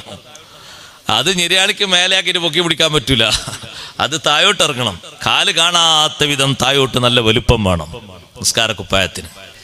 നിസ്കാരക്കുപ്പായം ധരിച്ച് കഴുത്തിന്റെ ഭാഗത്ത് ഹോളുണ്ടാകാൻ പാടില്ല, അവിടെ ഇവിടെ ഓട്ട ഉണ്ടാക്കിയിട്ട് കാണാൻ പാടില്ല. കഴുത്തിന്റെ ഭാഗമൊക്കെ നല്ല മറയുന്ന, മക്കനെ ഇട്ടിട്ട് മുടിയൊന്നും പുറത്തേക്ക് കാണാത്ത രൂപത്തിൽ നല്ല ക്ലിയറായി കൃത്യമായി മറയുള്ള നിസ്കാരക്കുപ്പായത്തിന്റെ കൈ, അതിന്റെ കഫിന്റെ ഭാഗം സമിഅല്ലാഹു ലിമൻ ഹമിദ പറഞ്ഞു ഉയർത്തുമ്പോ തായോട്ട് കൊഴിഞ്ഞു ചാടാത്ത നല്ല ഫിറ്റായ കഫായിരിക്കണം. തായോട്ടെങ്ങാനും അത് താന്നു പോയിട്ട് ആ ഭാഗം എവിടെയെങ്കിലും ഒന്ന് വെളിവായാൽ നിസ്കാരം ബാത്തിലായി പോവും. നിസ്കാരക്കുപ്പായത്തിന്റെ കയ്യേ ഇപ്പൊ ഈ പുതിയ മോഡൽ വരുന്ന ഫർദന്റെ കയ്യോ പോലാകരുത്, ആ കയ്യോടെ ഫിറ്റാക്കി അടിച്ചു വെക്കണം. അതിപ്പോ ചില സഹോദരിമാർക്കൊരു പണിയുണ്ട്, തുടക്കത്തിൽ ഒന്ന് ഫിറ്റാക്കിയിട്ട് ഇങ്ങനെ ചുരുട്ടിയിട്ടൊന്നും ഇങ്ങനെ വെക്കും. ഒരു റക്കായത്ത് കഴിഞ്ഞാൽ പിന്നെ അത് പോവും. ഉമ്മമാരെ അത് പടച്ചോനെ പറ്റിക്കുന്ന സ്വഭാവ, അത് ശരിയാകൂല. അത് കൃത്യമായിട്ട് അടിച്ചു വെക്കണം. അങ്ങനെ അടിച്ചത് വാങ്ങാൻ കിട്ടാണ്ട് അങ്ങനത്തെ വാങ്ങിക്കൊടുക്കണം. അങ്ങനെ വാങ്ങിട്ടല്ലേ, വാങ്ങിട്ടാണ്ട് നമ്മളൊക്കെ അങ്ങനത്തെ അല്ലേ വാങ്ങല്. ഇനി ഉമ്മമാർക്ക് അങ്ങ് ആർക്കെങ്കിലും അങ്ങനത്തെ കിട്ടാത്തുണ്ടെങ്കിൽ ഇന്ന് രാത്രി തന്നെ നാളത്തെ പോയി വാങ്ങാൻ പറയണം ഭർത്താക്കന്മാരോട്. എന്നോട് പരാതി ഒന്നും പറയരുത്, ഉള്ള കാശെടുത്ത് നല്ലത് വാങ്ങിക്കൊടുക്കണം. നല്ലത് വാങ്ങിക്കൊടുക്കും. ഇപ്പൊ കണ്ടില്ല നിങ്ങൾ, ഈ കൈ ഫിറ്റായത് കണ്ടില്ലേ, അത് കുടുക്കിട്ടിട്ട് ഇതേപോലെ നല്ല ഫിറ്റിൽ നിൽക്കണം. ഇത് ലൂസായിട്ട് തുടക്കത്തിൽ എന്ത് ചെയ്യുന്നറിയോ, ഇവിടെ ഇങ്ങനെ ചുരുട്ടിയിട്ടൊന്നിങ്ങനെ ചുരുട്ടി വെക്കും. ചിലരൊന്നിങ്ങനെ മടക്കിയിട്ടൊന്ന് ടൈറ്റായി ചുരുട്ടി വെക്കും. ചിലർക്ക് 2 റക്കാത്ത് കഴിയുമ്പോൾ വരെ ഉണ്ടാവും, ചിലർക്ക് 1 റക്കാത്ത് കഴിയുമ്പോൾ തന്നെ പോവും. അപ്പൊ ഇങ്ങനെ ഉയർത്തുന്ന സമയത്ത് അതിങ്ങനെ താഴോട്ടിറങ്ങുകയാണ്. താഴോട്ടിറങ്ങിയിട്ട് മറക്കേണ്ട ഭാഗം വെളിവായി പോയാൽ, അവറത്ത് വെളിവായാൽ നിസ്കാരം ശരിയാവോ? മറക്കേണ്ട അവറത്തൊക്കെ മറക്കണ്ടേ? ചില ആളുകളുണ്ട് സുബ്ഹാനല്ലാഹ്, യാത്രയിലൊക്കെ കാണാൻ ചില ആളുകള് നിസ്കാരക്കുപ്പായം നിസ്കരിക്കാനുള്ള സ്ഥലത്ത് ഉണ്ടെങ്കിലും സഹോദരിമാർക്ക് നിസ്കരിക്കാൻ വേണ്ടി തയ്യാറാക്കിയ സ്ഥലത്ത് ശരിക്കുള്ള നിസ്കാരക്കുപ്പായം ഉണ്ടെങ്കിലും അവരാ പർദ്ദ ധരിച്ച് നിസ്കരിക്കും. എന്നിട്ട് ആ പർദ്ദ ധരിച്ച് നിസ്കരിക്കുന്ന എന്താ ഇതിന്റെ കോലം എന്നറിയോ നിങ്ങൾ? അവരെ സുജൂദിൽ ആ കാലും കാലിന്റെ അപ്പുറം ഇപ്പുറം ഒക്കെ വെളിവാകാണ്. അത് കഴിഞ്ഞ ദിവസം യാത്രയിൽ ഒരു സഹോദരിയോട് പറഞ്ഞപ്പോ ആ സഹോദരി പറഞ്ഞു, സുജൂദിലല്ലേ, അത് സാരല്ല, നിൽക്കുമ്പോ വെളിവാകാൻ ഞാൻ മതിയെന്ന്. പിന്നെ നമ്മൾ എന്ത് മസാല അങ്ങോട്ട് ഓതി കൊടുക്കാനാ? ഉപായവും ന്യായം ഇങ്ങോട്ട് പറയണേ, പിന്നെ അങ്ങോട്ട് എന്ത് ഓതി കൊടുത്തിട്ട് എന്താ കാര്യം? സുജൂദിൽ വെളിവാകാൻ പറ്റുമോ? പറ്റൂല. സുജൂദിലും അത് മറക്കണ്ടേ? അപ്പൊ വേറെ ഒരു പെണ്ണിന് എന്താ സ്വഭാവം എന്ന് പറയുന്നത് നിങ്ങള്, അത് ഇങ്ങനെ ഉടുക്കുന്നൊരു പാൻറ് ഉണ്ട്, അതിന്റെ പേര് എനിക്കറിയില്ല. ഒരു പാൻറ് പോലത്തെ ഒരു വസ്ത്രമല്ലേ, എന്താ അതിന് പറയാ? താഴോട്ടൊന്നും മേലോട്ട് പാൻറ്, പിന്നെ ഒരു സാധനം താഴോട്ടായിട്ട് ചുരിദാറാ, ചുരിദാർ. അതിട്ടിട്ടാണ് നിസ്കരിക്കാൻ പോയിട്ട്. അപ്പൊ ശരിക്കും അത് താഴെ ഞെരിയാണി വരെ ഉള്ളൂ ആ സാധനം, ഈ ധരിച്ചത്. അപ്പൊ അവിടുന്ന് ഇങ്ങോട്ട് തൽക്കാലം ഒരു ഷോക്സ് ധരിച്ചിട്ടുണ്ട്. ഷോക്സ് ധരിച്ച് നിസ്കരിക്കുന്നുണ്ട്. ഷോക്സ് കൊണ്ട് മറ കിട്ടിയിട്ടുണ്ടല്ലോ. ഷോക്സ് കൊണ്ട് മറ കിട്ടിയാലും മതി, കുഴപ്പമൊന്നുമില്ല, നല്ല മറയാണെങ്കിൽ. പക്ഷെ ഷോക്സ് ആ ഷൂവിന്റെ കൂടെ ധരിക്കുന്ന ഷോക്സാണ്, അതിന് കുഴപ്പമൊന്നുമില്ല. പക്ഷെ അതിന്റെ മുന്നിൽ കാലിന്റെ വിരലിന്റെ ഭാഗത്ത് മുഴുവനും കീറിയിട്ടുണ്ട്. കീറിയിട്ട് ഇങ്ങനെ നടക്കുന്നുണ്ട്. അപ്പൊ ആ കീറിയത് പറ്റും. അത് മുന്നിൽ ചെറിയൊരു കീറലല്ലേ, അതിന് കുഴപ്പമൊന്നുമില്ല എന്ന് പറഞ്ഞു. സുബ്ഹാനല്ലാഹ്. മറക്കേണ്ട ഭാഗം നന്നായി മറക്കണം. തുണി ഉടുക്കുന്നവർ തുണി ശരിക്കും ഇങ്ങനെ നോക്കണം, എവിടെയെങ്കിലും ഓട്ടയുണ്ടോന്ന്. നിസ്കരിക്കാൻ വരുന്നോ നിങ്ങൾ എവിടെയെങ്കിലും കാണാൻ പറ്റുമോന്ന് നോക്കുമെന്ന് കരുതിയിട്ടല്ല. അതിന് മഹാന്മാര് പഠിപ്പിച്ച ഷർത്തുണ്ട്, ആ ഷർത്ത് വെക്കണം. ഈ ചെറിയ ഓട്ടയെ കൂടെ ഇപ്പൊ എന്റെ അവറത്തുമല്ലോ നോക്കി ആരെങ്കിലും കാണുമോ? അല്ല ഇപ്പൊ അവിടെ നോക്കാൻ പറ്റിയ ആൾക്കാരൊന്നും ഉണ്ടാവില്ലല്ലോ. അത് നോക്കിയിട്ടല്ല, ഞാരും ഇല്ലാത്ത സ്ഥലത്താണ് നിസ്കരിക്കുന്നെങ്കിലും ഷർത്ത് പാലിക്കണം. നന്നായിട്ട് അയച്ചിട്ട് നിസ്കരിക്കാൻ പറ്റുമോ? ഇല്ലല്ലോ. തുണി കൊടുക്കുമ്പോ നോക്കണം, പഴക്കമുള്ള തുണിയൊക്കെ എടുക്കുമ്പോ നോക്കണം എവിടെയെങ്കിലും കീറിയിട്ടുണ്ടോ, ഓട്ടുണ്ടോ എന്നൊക്കെ. ഓട്ടുണ്ടെങ്കിൽ അത് മാറ്റി വെക്കുക. ഓട്ടയില്ലാത്ത നല്ല കട്ടിയുള്ള തുണി ഇട്ട് നിസ്കരിക്കണം. തുണി നല്ല നല്ല വൃത്തിയിൽ എടുക്കണം. നിസ്കരിക്കുന്ന വസ്ത്രം നല്ല ശുദ്ധിയുള്ള വസ്ത്രമാകണം, വൃത്തിയുള്ള വസ്ത്രമാകണം. സഹോദരങ്ങളെ, കഴിവിന്റെ പരമാവധി നിസ്കാരത്തിന് ഖുശൂ കൂടുതലായി കിട്ടുന്ന നല്ല വസ്ത്രങ്ങൾ ധരിക്കണം. കള്ളി മുണ്ടെടുത്ത് നിസ്കരിക്കുന്നത് കഴിവിന്റെ പരമാവധി ഉപേക്ഷിക്കണം. വെള്ള വസ്ത്രം തന്നെ ധരിക്കലാണ് ഉത്തമം. നിസ്കരിക്കാൻ വെള്ളത്തുണി ഉടുക്കലാണ് ഏറ്റവും നല്ലത്. അതേ നിസ്കാരത്തിന്റെ മുന്നിൽ വിരിക്കുന്ന മുസല്ലയും ചിത്ര മുസല്ല ആകാതിരിക്കാൻ കഴിവിന്റെ പരമാവധി ശ്രദ്ധിക്കണം. പള്ളിയിലുള്ള കാർപ്പറ്റ് ഇനി മാറ്റുമ്പോ കാർപ്പറ്റിൽ ചിത്രമില്ലാത്ത നല്ല കാർപ്പറ്റ് കമ്മിറ്റിക്കാര് വാങ്ങണം. പഴയ കാർപ്പറ്റ് മേലേക്ക് ഇട്ടുകൊണ്ട് താഴെ ചിത്രങ്ങളൊന്നും ഇല്ലാത്ത നല്ല മുസല്ല വിരിക്കണം. അത് നിങ്ങളോട് മാത്രമല്ല എല്ലാവരോടും പറയാനുള്ളതാണ്. ചില ആൾക്കാർ പറയും, ഉസ്താദെ കാബന്റെ ഫോട്ടോ കാണുമ്പോ എനിക്ക് ഖുശൂ കൂടി വരും, മദീനന്റെ ഫോട്ടോ കാണുമ്പോ ഖുശൂ കൂടി വരും. ചുമരിന്റെ ഭാഗത്ത് ചിത്രങ്ങളുള്ളൊരു വിരിവിരിച്ചിട്ട് നിസ്കാരത്തിനത് ശല്യമാകുന്നുണ്ട്. ആയിഷ, ഇത് എടുത്തു മാറ്റണമെന്ന് നിർദ്ദേശിച്ച നേതാവാണ് മുഹമ്മദുർ റസൂലുള്ളാഹി സ്വല്ലല്ലാഹു അലൈഹി വസല്ലമ തങ്ങൾ. തങ്ങളെക്കാളും വലിയ ഖുശൂആണോ നിനക്ക്? ചിത്രങ്ങളൊന്നും ഇല്ലാത്ത നല്ല മുസല്ല നോക്കി വാങ്ങാൻ കിട്ടും. അങ്ങനത്തെ മുസല്ലയിലാണ് നിസ്കരിക്കേണ്ടത്. നിങ്ങൾ കണ്ടില്ലേ ഇമാമിന് വിരിച്ച മുസല്ല, നേരെ മുഅദ്ദിൻ ഉസ്താദിനും വിരിച്ച മുസല്ല കണ്ടില്ലേ? ചിത്രങ്ങളൊന്നും ഇല്ലാത്തത്. അത് മുഴുവനായിട്ടും അങ്ങനെ തന്നെയാണ് വേണ്ടത് എന്ന കൂട്ടത്തിൽ ഞാൻ സൂചിപ്പിക്കുന്നു. വീട്ടിൽ നിസ്കരിക്കുന്ന മുസല്ലയും അങ്ങനത്തെ മുസല്ലയാക്കി മാറ്റണം. നല്ല മുസല്ലയിൽ നിസ്കരിക്കണം. നല്ല രൂപത്തിൽ നല്ല ഭാവത്തിൽ നിസ്കരിക്കണം. ഖിബില ശരിയാക്കി രൂപത്തിൽ നിസ്കരിക്കണം. നിസ്കരിക്കാൻ കൈകെട്ടിക്കഴിഞ്ഞാൽ കെട്ടിയ കൈ കെട്ടിയ ഭാഗത്ത് തന്നെ വെക്കണം. അതേ നോട്ടം സുജൂദിലേക്ക് കൃത്യമാകണം. വലത്തോട്ടും ഇടത്തോട്ടും ചിന്ത പോകാത്ത രൂപത്തിൽ കൃത്യമായും സുജൂദിന്റെ മഹല്ലിലേക്ക് നോക്കണം. ഒരൊറ്റ സന്ദർഭത്തിലല്ലാത്ത സന്ദർഭത്തിൽ മുഴുവനും സുജൂദിന്റെ മഹല്ലിലേക്ക് തന്നെ നോക്കണം. സുജൂദ് ചെയ്യുന്ന സമയത്ത് പോലും നീ കണ്ണ് തുറക്കണം. കണ്ണ് ചിമ്മരുത്, കണ്ണ് തുറക്കണം. എന്നാലേ കണ്ണിന്റെ സുജൂദാകൂ. നിന്റെ രണ്ട് കണ്ണുകളും സുജൂദ് ചെയ്യണ്ടേ? അവയവങ്ങളൊക്കെ റബ്ബിന് സുജൂദ് ചെയ്യുമ്പോ കണ്ണിനും സുജൂദ് വേണം. അതിന് കണ്ണ് തുറക്കണം, കണ്ണ് പൂട്ടരുത്. അതേ സമയത്ത് സഹോദരങ്ങളെ, മുന്നിൽ ചിത്രങ്ങളുണ്ടെങ്കിൽ നിന്റെ മനസ്സിൽ വല്ല ചിന്തയും അങ്ങോട്ടും ഇങ്ങോട്ടും വരുമെങ്കിൽ കണ്ണ് ചിമ്മിക്കൊണ്ട് നിസ്കരിക്കുന്നതിന് തകരാറൊന്നുമില്ല. അങ്ങനെ നിസ്കാരത്തിന് സൗകര്യം കിട്ടിയത് എങ്കിൽ അങ്ങനെ ചെയ്യാം. അതിനേക്കാളും സുജൂദിന്റെ മഹല്ലിലേക്ക് നോക്കിയിട്ട് സുജൂദ് ചെയ്യുന്ന സ്ഥലം വലിയ ശ്രേഷ്ഠതയുള്ള സ്ഥലമാണ്. ആ സ്ഥലത്ത് അങ്ങനെ തന്നെ നോക്കിയിട്ട് ആ മഹല്ലിലേക്ക് തന്നെ നോക്കണം. കൈ ഉയർത്തിയിട്ട്, കൈവിരൽ ഉയർത്തിയിട്ട് അത് താഴ്ത്തുന്ന ഘട്ടം വരെ. എപ്പോഴാണത് താഴ്ത്തേണ്ടത്? ഒന്നിങ്ങനെ ഉയർത്തിയിട്ട് ഉടനെ താഴ്ത്താമോ? ഇല്ല. സൈനുദ്ദീൻ മഖ്ദൂം റളിയല്ലാഹു അൻഹു അടക്കമുള്ള മഹാന്മാര് പഠിപ്പിച്ചില്ലേ, കൈവിരൽ ഉയർത്തലും അതിന്റെ നോട്ടവും ലാസ്റ്റ് സമയം വരെ നിലനിർത്തേണ്ടതുണ്ട്. ഇല്ലല്ലാഹ് പറയുമ്പോൾ മാത്രം നോക്കിയാൽ പോരാ, അവസാന സമയം വരെ ആ വിരലിലേക്ക് തന്നെ നോക്കണം. ഉയർത്തുന്നതിന്റെ മുമ്പോ സുജൂദിന്റെ മഹല്ലിലേക്ക് നോക്കണം.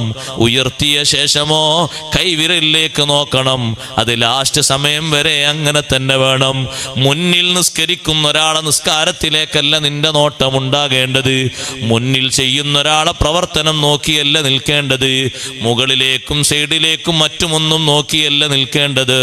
തലയൊന്ന് ഉയർത്തിയിട്ട് നിസ്കാരത്തിൽ മേൽപോട്ട് നോക്കിയപ്പോ നിസ്കാരം കഴിഞ്ഞിട്ട് നബി സല്ലല്ലാഹു അലൈഹി വസല്ലം തങ്ങൾ സ്വഹാബത്തിനോട് വളരെ കർശനമായി പറഞ്ഞു, മാ ബാലു അഖ്വാമിൻ യർഫഊന അബ്സാറഹും ഇലസ്സമാ. എന്താണ് ചില ആളുകളുടെ അവസ്ഥ? അവരുടെ കണ്ണുകൾ നിസ്കാരത്തിൽ മേൽപോട്ട് അവർ ഉയർത്തുന്നു. ലയന്തഹുന്ന അൻദാലിക, ആ പണി അവർ നിർത്തിക്കോളണം. ഔല തുഖ്തഫുന്ന അബ്സാറുഹും, അല്ലെങ്കിൽ അവരുടെ കണ്ണുകൾ പിഴുതെടുക്കപ്പെടണം, അവരുടെ കണ്ണുകൾ റാഞ്ചിയെടുക്കപ്പെട്ടു പോകണം എന്ന രൂപത്തിൽ കർശനമായി നബി സല്ലല്ലാഹു അലൈഹി വസല്ലം പറഞ്ഞു. അപ്പൊ നിസ്കാരത്തിൽ നോട്ടം കൃത്യമാകണം. വെക്കുന്ന ഓരോ ഭാഗത്തുമുള്ള വിഷയങ്ങൾ എവിടെയാണോ കൈവെക്കേണ്ടത്, കാൽ വെക്കേണ്ടത്, അവിടെ തന്നെ ഉറപ്പിച്ചു നിർത്തണം. അത് കൈയിന്റെ അവയവങ്ങളുടെ ഖുശൂ ആണ്, ഭക്തിയാണ്. അത് അതേ രൂപത്തിൽ തന്നെ നിലനിർത്തണം. അങ്ങനെ തന്നെ റുക്കൂഇലും സുജൂദിലും അത്തഹിയാത്തിലും ഓരോ ഭാഗത്തും അവയവങ്ങൾ വെക്കേണ്ടടുത്ത് ക്രമീകരിച്ചു വെക്കണം. സഹോദരങ്ങളെ, അങ്ങനെ ഖുശൂഓടുകൂടെ ഇഖ്ലാസോടുകൂടെയുള്ള നിസ്കാരം, അതാണ് റബ്ബിന് വേണ്ടിയുള്ള നിസ്കാരം. ഫസല്ലി ലിറബ്ബിക, നിന്റെ റബ്ബിന് വേണ്ടി നീ നിസ്കരിക്കണം. നിസ്കാരം റബ്ബിന് വേണ്ടിയുള്ളതാകണം. കഴിവിന്റെ പരമാവധി ആ നിസ്കാരം അങ്ങനെയാകാൻ ശ്രദ്ധിക്കണം. നിസ്കാരത്തിൽ ഏറ്റവും അധികം ശ്രദ്ധിക്കേണ്ട ഒരു വിഷയം ഇതിന്റെ പുറമേ തുമഇനീനത്താണ്. അതേ, ഒതുക്കം സ്വീകരിക്കണം, അച്ചടക്കം സ്വീകരിക്കണം, നല്ല ശാന്തതയോടെ നിസ്കരിക്കണം. ഹബീബ് റസൂലുള്ളാഹി സ്വല്ലല്ലാഹു അലൈഹി വസല്ലം മദീന പള്ളിയിൽ നിസ്കാരം കഴിഞ്ഞ് വരുന്നൊരു സ്വഹാബിയെ രണ്ടാമതും വിളിച്ചിട്ട് തങ്ങൾ പറഞ്ഞു, നീ പോയി നിസ്കരിക്കണം. നേരത്തെ നിസ്കരിച്ച നിസ്കാരമായിട്ടില്ല. രണ്ടാമത് നിസ്കരിച്ചു വന്നപ്പോ പിന്നെയും മടക്കി വിട്ടു. ഇർജി ഫസല്ലി ഫഇന്നക ലം തുസല്ലി, പോയി നിസ്കരിച്ച് നിസ്കാരമായിട്ടില്ല. മൂന്നാമത്തെ തവണയോ നാലാമത്തെ തവണയോ മടക്കി വിടാൻ ശ്രമിക്കുന്ന സമയത്ത് ആ സ്വഹാബി പറഞ്ഞു, അല്ലാഹുവിന്റെ റസൂലേ, ഇങ്ങനെ നിസ്കരിക്കാനേ അറിയുള്ളൂ. ഇനി 10 തവണ തങ്ങൾ നിസ്കരിപ്പിച്ചാലും ഈ നിസ്കാരം എനിക്കറിയുള്ളൂ. അപ്പൊ തങ്ങൾ നിസ്കാരത്തിന്റെ തുടക്കം മുതൽ പറഞ്ഞു കൊടുത്തു. കാര്യമായിട്ടും തങ്ങൾ 4 സ്ഥലങ്ങൾ ഊന്നി പറഞ്ഞു. നമ്മുടെ നിസ്കാരത്തിലും അത് ശ്രദ്ധിക്കണം.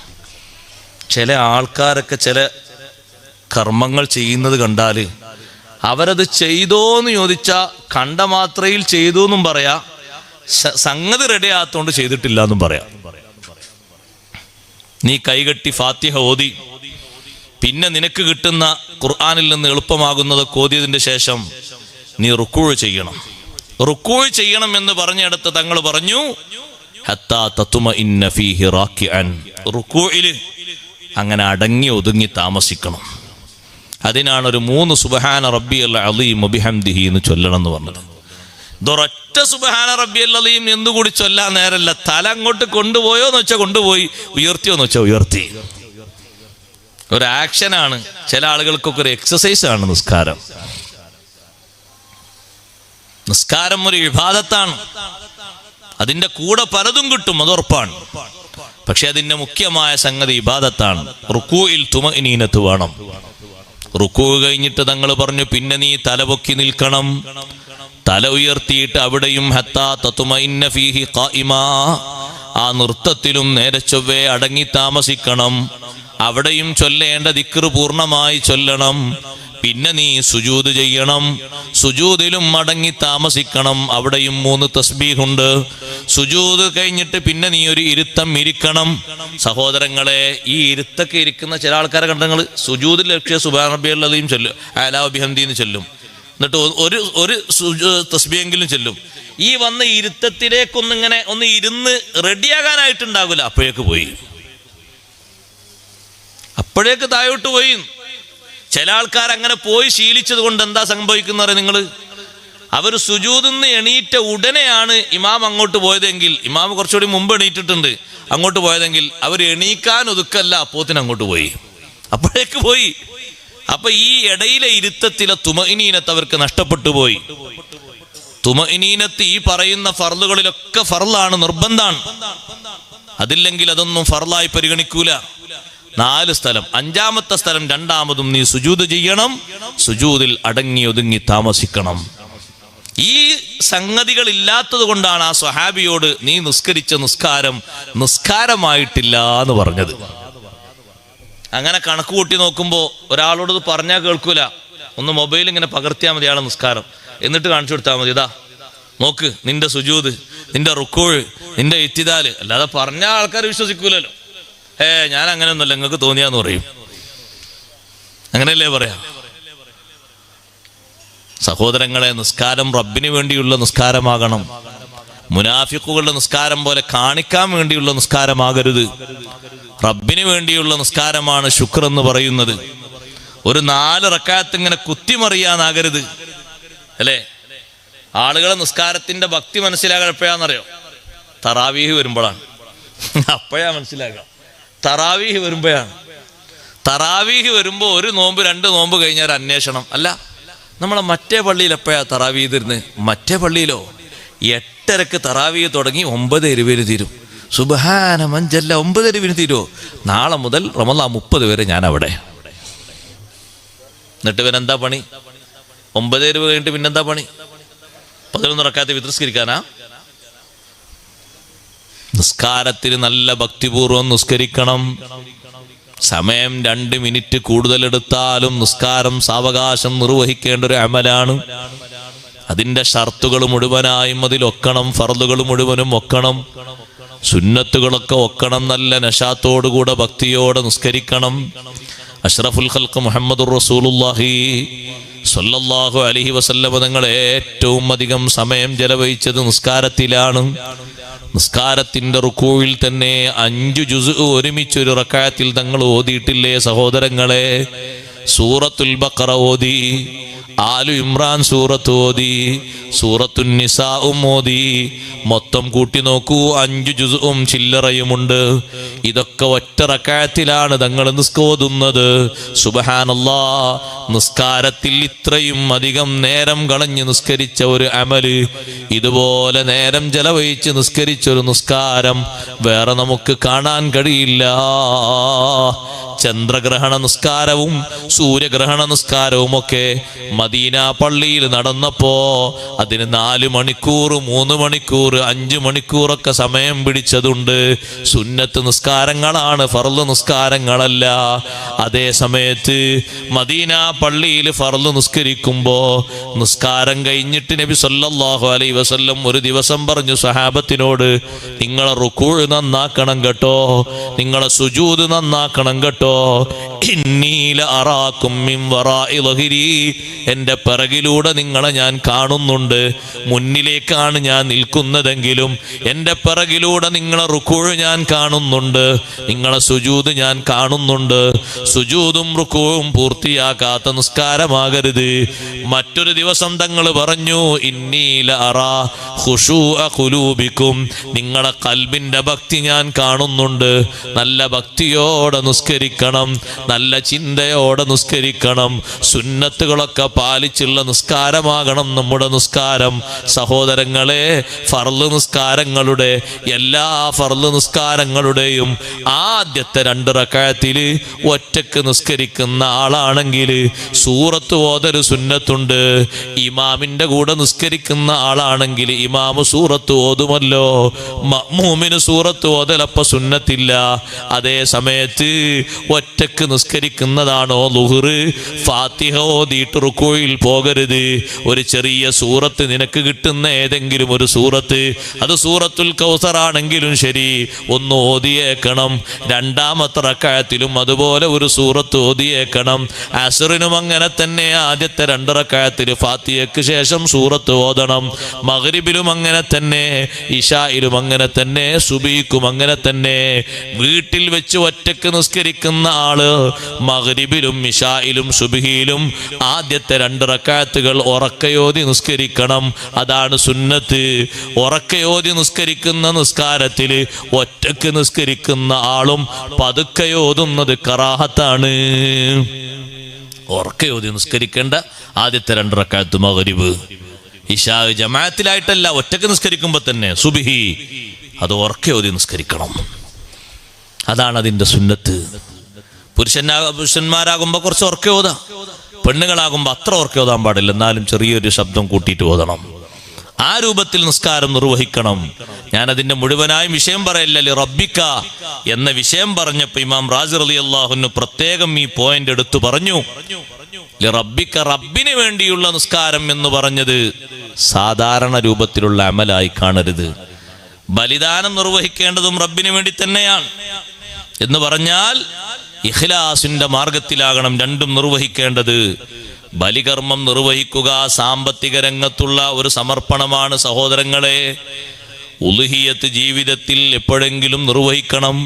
കഴിയുന്ന ആളുകളൊക്കെ അങ്ങനെ ഉലുഹിയത്ത് മാത്രമാക്കണ്ട, മറ്റു ബലിദാനങ്ങളും നിർവഹിക്കാം. അതേ സമയത്ത് ഫസല്ലി റബ്ബിക വൻഹർ എന്നതിന് വേറെയും ചില തഫ്സീറുകളൊക്കെ മഹാന്മാര് പറഞ്ഞിട്ടുണ്ട്. ഫസല്ലി റബ്ബിക, റബ്ബിന് വേണ്ടി നീ നിസ്കരിക്കണം. ആ നിസ്കാരത്തിൽ വൻഹർ, നീ പ്രത്യേകം നിന്റെ കൈവെക്കുന്ന ഭാഗം നല്ലോണം ശ്രദ്ധിക്കണം. എങ്ങനെയാണ് നീ കൈവെക്കേണ്ടത്? നെഞ്ചിനോട് ചേർന്ന ഭാഗത്ത് നീ നിന്റെ കൈവെക്കണം. അലി ബിൻ അബി ത്വാലിബ് റളിയല്ലാഹു അൻഹുവിന്റെ തഫ്സീർ അങ്ങനെയല്ലേ വന്നത്. വൻഹർ എന്ന വാക്കിന് മഹാനവർകൾ അങ്ങനെയാണ് നിർദ്ദേശിച്ചത്. നിസ്കാരം നീ നിർവഹിക്കുമ്പോ കൈവെക്കുന്നത് നീ പ്രത്യേകം ശ്രദ്ധിക്കണം. നെഞ്ചിന്റെ മേൽഭാഗത്തല്ല. അല എന്ന ഒരു ലഫ്ള് കാണുമ്പോഴേക്ക് എല്ലായിടത്തും മേലെ മേലെ എന്ന് അർത്ഥം വെക്കുന്ന ചില ആളുകളുണ്ട്. അങ്ങനെ ഡിക്ഷണറി നോക്കിയാൽ അങ്ങനെയൊക്കെ അർത്ഥം വെക്കേണ്ടി വരും. അതേ സമയത്ത് അല എന്നതിന് തന്നെ ഭാഗത്ത് എന്നും അടുത്ത് എന്നും അതേ ഓരത്ത് എന്നും ഒക്കെ അലക്ക് അർത്ഥമുണ്ട്. ഖുർആനിൽ തന്നെ നമുക്ക് കാണാം, ഇദ്ഹും അലൈഹാ ഖുഊദ്, അവരാ തീയിന്റെ പരിസരത്ത് ഇരിക്കുന്നവരായിരുന്നു എന്ന് അല്ലാഹു പറഞ്ഞത്. അലൈഹ എന്ന് പറഞ്ഞ തീയിന്റെ മേലെ ഇരിക്കുക എന്നല്ല, തീയിന്റെ പരിസരത്ത് അവർ ഇരിക്കുകയായിരുന്നു, അതിൻ്റെ ഒരു ഭാഗത്തിരിക്കുകയായിരുന്നു എന്നാണ്. അതേപോലെ തന്നെ സഹോദരങ്ങളെ, അലസ്വദിരി, നെഞ്ചിന്റെ മേലെ കൈവെക്കുക എന്നല്ല, നെഞ്ചിന്റെ തായ് ഭാഗത്തായി നെഞ്ചിന്റെ ഒരു ഭാഗത്ത് കൈവെക്കണം. അതെങ്ങനെ വെക്കണമെന്ന് മഹാന്മാരായ കർമ്മശാസ്ത്ര പണ്ഡിതന്മാര് നെഞ്ചിന്റെ തായ് ഭാഗത്ത് കൈവെക്കുന്ന രൂപം പഠിപ്പിച്ചു തന്നു. ഒന്നുകിൽ നിന്റെ കൈവെക്കുമ്പോ വലത്തെ കൈ ഇടത്തെ കൈയിന്റെ കഫിന്റെ തായ് ഭാഗത്തായി നിൽക്കുന്ന രണ്ട് എല്ലുണ്ടല്ലോ, കഫിന്റെ കണുപ്പിന്റെ ഭാഗത്തുള്ള എല്ല്, ഒരു മേൽഭാഗത്തുള്ളത് തള്ളവിരൽ കൊണ്ടും അതേ അടിഭാഗത്തുള്ളത് ചെറുവിരൽ കൊണ്ടും ഇങ്ങനെ ചേർത്ത് പിടിച്ച് 3 വിരലുകൾ ഇങ്ങനെ നേർക്ക് വെക്കുന്ന രൂപം. അല്ലെങ്കിലോ മേൽഭാഗത്ത് തള്ളവിരൽ കൊണ്ട് ബാക്കിയുള്ള 4 വിരലുകളും തായോട്ട് ഇങ്ങനെ കൂട്ടിപ്പിടിക്കുന്ന രൂപം. ഈ രൂപത്തിലാണ് കൈ പിടിക്കേണ്ടത്. അങ്ങനെ പിടിച്ചുകൊണ്ട് കൈ കെട്ടിക്കൊണ്ടൊരു നിസ്കാരം നിസ്കരിക്കണം. ഫസല്ലി ലിറബ്ബിക വൻഹർ, നീ റബ്ബിന് വേണ്ടി പ്രാർത്ഥന നിർവഹിക്കണം. പ്രാർത്ഥന നിർവഹിക്കുമ്പോ വൻഹർ, നിന്റെ കൈ നെഞ്ചിന്റെ ഭാഗത്തേക്ക് നീ ഉയർത്തിയിട്ട് ദുആ ചെയ്യണം. അങ്ങനെയാണ് അവിടെ വൻഹർ എന്നതിന് തഫ്സീർ പറഞ്ഞിരിക്കുന്നത്. പ്രാർത്ഥന എന്ന് അർത്ഥം വെച്ചിട്ടുണ്ട്. സ്വല്ലി എന്നതിന് റബ്ബിലേക്ക് നീ പ്രാർത്ഥിക്കണം. പ്രാർത്ഥിക്കുമ്പോ കൈ ഉയർത്തണം, അത് നെഞ്ചിന്റെ ഭാഗത്തേക്ക് ഇങ്ങനെ പൊക്കിയിട്ട് ഉയർത്തണം. തായ് ഭാഗത്തല്ല കൈവെക്കേണ്ടത്, നെഞ്ചിന്റെ ഭാഗത്തേക്ക് ഉയർത്തിപ്പിടിക്കണം. അങ്ങനെ റബ്ബിലേക്ക് നീ ദുആ ചെയ്യണം. ഈ നിസ്കാരവും ഈ സമർപ്പണവും, ശരീരത്തിന്റെ സമർപ്പണമാകുന്ന നിസ്കാരവും സമ്പത്തിന്റെ സമർപ്പണമാകുന്ന ബലിദാനവും നിർവഹിക്കണം. ഉപ്പമാരോട് ഉമ്മമാരോട് കൂട്ടത്തിൽ ഞാനൊരു കാര്യം പറയട്ടെ. അഷ്റഫുൽ ഖൽഖ് മുഹമ്മദുർ റസൂലുള്ളാഹി സ്വല്ലല്ലാഹു അലൈഹി വസല്ലം തങ്ങൾ ബലിദാനം നിർവഹിച്ചത് ഉളുഹിയത്തിന് മാത്രമല്ല, ഹജ്ജിനും ഉംറക്കും ഇഹ്റാം ചെയ്തിട്ട് അതിൽ നിന്ന് തഹല്ലുലാകാൻ വേണ്ടി മാത്രമല്ല, മരിച്ചവരുടെ പേരിലും തങ്ങൾ ബലിദാനം നടത്തിയിട്ടുണ്ട്. ബലിദാനം നിർവഹിക്കണം. നമ്മളെ നാട്ടിലൊക്കെ ഇവിടൊക്കെ അഖീഖ അറക്കാറില്ലേ അല്ലേ? അഖീഖ അറക്കണം. എല്ലാവരും കുട്ടികൾക്ക് അഖീഖ അറക്കണം. പ്രായപൂർത്തി എത്തുന്നത് വരെ ബാപ്പക്ക് അതുപോലുള്ള രക്ഷിതാക്കൾക്ക് അതിന്റെ ചുമതലയുണ്ടാകും. പ്രായപൂർത്തി എത്തിക്കഴിഞ്ഞാൽ പിന്നെ അവരെ പെരടിയുന്നത് മാറും. അഖീഖ അറക്കുക എന്ന് പറഞ്ഞാൽ ഒരു പോത്തിനെ തന്നെ കൊണ്ടുവരണമെന്നില്ല. പോത്തും മൂരിയും ഒന്നല്ല അഫ്ദൽ ആടല്ലേ. പിന്നെ എന്തിനാ പോത്തിനെ തന്നെ തൊഴിച്ചുകൊണ്ടെന്ന്? ഒരു വീട്ടിൽ ഒരാൾ പോത്തിനിറത്താൻ മറ്റേക്ക് പിന്നെ പോത്തിനിറക്കാൻ കഴിയില്ല, പിന്നെ അയാൾ പോത്തായി നിറക്കേണ്ടി വരും. പോത്തിനിറക്കാൻ അയാളുടെ കയ്യിൽ കാശുണ്ടാവില്ല, പിന്നെ അയാൾ ഇറക്കണ്ട, എല്ലാവർക്കും കൊടുക്കാനാവൂല എന്ന് പറയും. അറുത്തത് തന്നെ നിങ്ങൾ നോക്കി, ഇറച്ചിയല്ല വിതരണം ചെയ്യേണ്ടത്. ഇറച്ചിയാ വിതരണം ചെയ്യേണ്ടത്? വേവിച്ചാണ് കൊടുക്കേണ്ടത്. നല്ല ഒരു ആടിനെ അറുക്കുക, എന്നിട്ടത് വേവിച്ചിട്ട് കുടുംബക്കാരെയും അയൽക്കാരെയും ബന്ധപ്പെട്ടവരൊക്കെ വിളിച്ച് നല്ലൊരു ഭക്ഷണം ഉണ്ടാക്കി കൊടുക്കുക. അതാണ് ഉത്തമം. ആരായി പച്ചർച്ചി കൊടുക്കുന്ന സ്വഭാവം കൊണ്ടുവന്നത്? 2 കിലോ അങ്ങോട്ട്, 4 കിലോ ഇങ്ങോട്ട്, 2 കിലോ അങ്ങോട്ട്. അപ്പുറയിൽ 25 ആൾക്കാരുണ്ട്, 4 കിലോ അങ്ങോട്ട്. പച്ച ഇറച്ചി കൊടുക്കേണ്ട ഒരാളുണ്ട്. നമ്മുടെ നാട്ടിലുണ്ടോയെന്ന് അറിയില്ല, ഇവിടെ ഉണ്ടോയെന്ന് എനിക്കറിയില്ല. കാവിലത്ത് എന്ന് പറയും, ഞങ്ങളുടെ നാട്ടിലൊക്കെ പേറ്റിച്ചി എന്ന് പറയും. ഇവിടെ എന്താ പറയാ? ഇവിടുത്തെ പേര് വേറെ ആയിരിക്കും. പ്രസവം എടുക്കുന്ന പെണ്ണിന് നെയ്സിനല്ല, വേറെ പെണ്ണ്. സുബ്ഹാന ജല്ല ജലാലു. പ്രസവം എടുക്കുന്ന പെണ്ണില്ലേ, പഴയ കാലത്തൊക്കെ ഉണ്ടായിരുന്നില്ലേ അല്ലേ? ഇപ്പോഴും പ്രസവിക്കല്ലേ? നിങ്ങളെന്തൊരു അത്ഭുതത്തോടെ നോക്കുന്നത്. പ്രസവം ശുശ്രൂഷ ചെയ്യുന്ന പെണ്ണുങ്ങളുണ്ടാവും പഴയ കാലത്തൊക്കെ. അക്കീക്ക അറുക്കുമ്പോൾ ആ അക്കീക്കയുടെ ഒരു ഭാഗം, ഒരു കുറകൊന്നായിട്ട് പച്ചയായിട്ട് ആ പെണ്ണിന് കൊടുക്കണം. അവർക്കേ പച്ച കൊടുക്കേണ്ടതുള്ളൂ, ബാക്കിയുള്ളവർക്കൊക്കെ വേവിച്ചാ കൊടുക്കേണ്ടത്.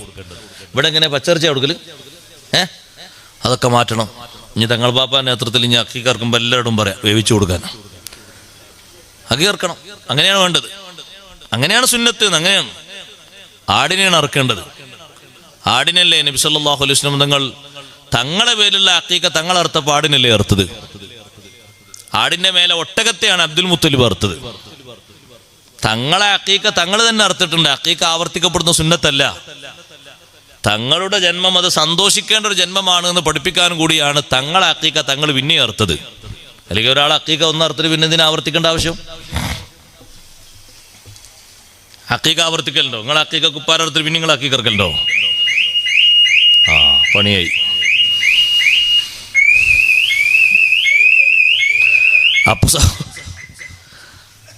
അപ്പൊ സഹോദരങ്ങളെ, മരിച്ചവരെ പേരിലും അങ്ങനെ ബലിദാനമുണ്ട്.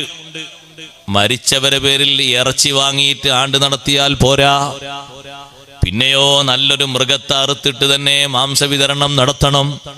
കണ്ടില്ലേ നിങ്ങൾ, സയ്യിദുനാ റസൂലുള്ളാഹി സ്വല്ലല്ലാഹു അലൈഹി വസല്ലം തങ്ങൾ കൂടുതൽ കാലം ജീവിച്ച സഹധർമ്മിണിയാണ് സയ്യിദത്തുനാ ബീവി ഖദീജ റളിയല്ലാഹു അൻഹാ.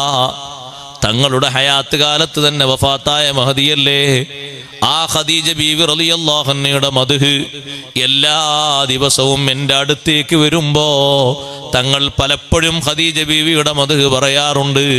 25 കൊല്ലത്തെ ജീവിതത്തിന്റെ കഥകൾ പറയാറുണ്ട്. ഇടക്കിടക്ക് ആ മദ്ഹ് തങ്ങൾ പറയും. ചിലപ്പോഴൊക്കെ ആടിനെ അറുത്തിട്ട് അതിന് കഷ്ണങ്ങളാക്കിയിട്ട് ഓരോ ഭാഗം ഖദീജ റളിയല്ലാഹു അൻഹയുടെ കൂട്ടുകാരികളിലേക്ക്, അതേ ഖദീജ ബീവിയുടെ പരിചയക്കാരായ മഹദികളിലേക്ക് കൊടുത്തയക്കാറുണ്ട്. ബാപ്പമാരുടെ ഉമ്മമാരുടെ ആണ്ട് നടത്തുന്ന ആളുകളോട് ഞാൻ പറയട്ടെ, അവിടെയും ഒരു ബലിദാനം സുന്നത്തായി കിടക്കുന്നുണ്ട്. ബലിദാനം സുന്നത്തായി ഉള്ള ഏതെല്ലാം മേഖലകളുണ്ടോ അവിടെയൊക്കെ ബലിദാനം നിർവഹിക്കുന്നത് റബ്ബിന് വേണ്ടി തന്നെയാണ്. നേരത്തെ അത് പറഞ്ഞതുകൊണ്ട് പിന്നെയും ആവർത്തിച്ച് പറയേണ്ടതില്ലല്ലോ. ഫസല്ലി ലിറബ്ബിക വൻഹർ, നല്ല മൃഗത്തെ നോക്കിയിട്ട് ഉളുഹിയത്ത് അറുക്കണം. അതേ ഉളുഹിയത്ത് അറുക്കാൻ ഏറ്റവും ശ്രേഷ്ഠതയുള്ള മൃഗത്തെ നോക്കി, നല്ല തടിച്ചു കൊയ്ത്ത മൃഗത്തെ നോക്കിയിട്ട് ഒരാൾക്ക് ഒന്ന് തന്നെ ആകുന്ന രൂപത്തിൽ 7 ആള് പങ്കുചേരാൻ പറ്റുന്ന മൃഗത്തെ ഒരാൾ തന്നെ അയാളെ വകയായി വാങ്ങിയിട്ട് ഉളുഹിയത്ത് അറുക്കുന്നതാണ് നല്ലത്. ഈ ഉളുഹിയത്ത് അറുക്കുന്ന മൃഗങ്ങളൊക്കെ നല്ല രൂപത്തിൽ തടിച്ചു കൊയ്ത്തതിനെ നോക്കിയിട്ട് വാങ്ങണം. ഫഇന്നഹാ മതായാകും, നബി സല്ലല്ലാഹു അലൈഹി വസല്ലം പറഞ്ഞു, നിങ്ങൾ ഖബറിൽ നിന്ന് എഴുന്നേറ്റ് വരുമ്പോ മഹ്ശറിലേക്ക് പോകാനുള്ള വാഹനങ്ങളാണത്. ഓരോരുത്തരുടെയും ഖബറിന്റെ സമീപത്ത് അവര് ബലിദാനം നിർവഹിച്ച ഉളുഹിയത്തിന്റെ മൃഗങ്ങൾ വന്നു നിൽക്കും. അതിന് നല്ല മെച്ചപ്പെട്ട മൃഗങ്ങളെ നോക്കിയിട്ട് ഉളുഹിയത്ത് അറുക്കണം. നല്ല നിലവാരമുള്ള, നല്ല വിലയുള്ള, നല്ല മാംസമുള്ള മൃഗങ്ങളെ നോക്കിയിട്ട് ഉളുഹിയത്ത് അറുക്കണം. ബലിദാനം നിർവഹിക്കുന്നതും ഒരു ശ്രേഷ്ഠമായ അമലാണ്, സാമ്പത്തിക രംഗത്തുള്ളൊരു സമർപ്പണമാണ്. രണ്ടും ഹബീബ് സല്ലല്ലാഹു അലൈഹി വസല്ലം തങ്ങൾ ഇഷ്ടം പോലെ സമ്പത്ത് സമർപ്പിച്ച് നമ്മളൊക്കെ കേട്ടിട്ടില്ലേ? തങ്ങൾ വഫാത്തായി പോകുന്ന സമയത്ത് വരെ ഒരൊറ്റ പൈസയും ഡെപ്പോസിറ്റ് ഇല്ല.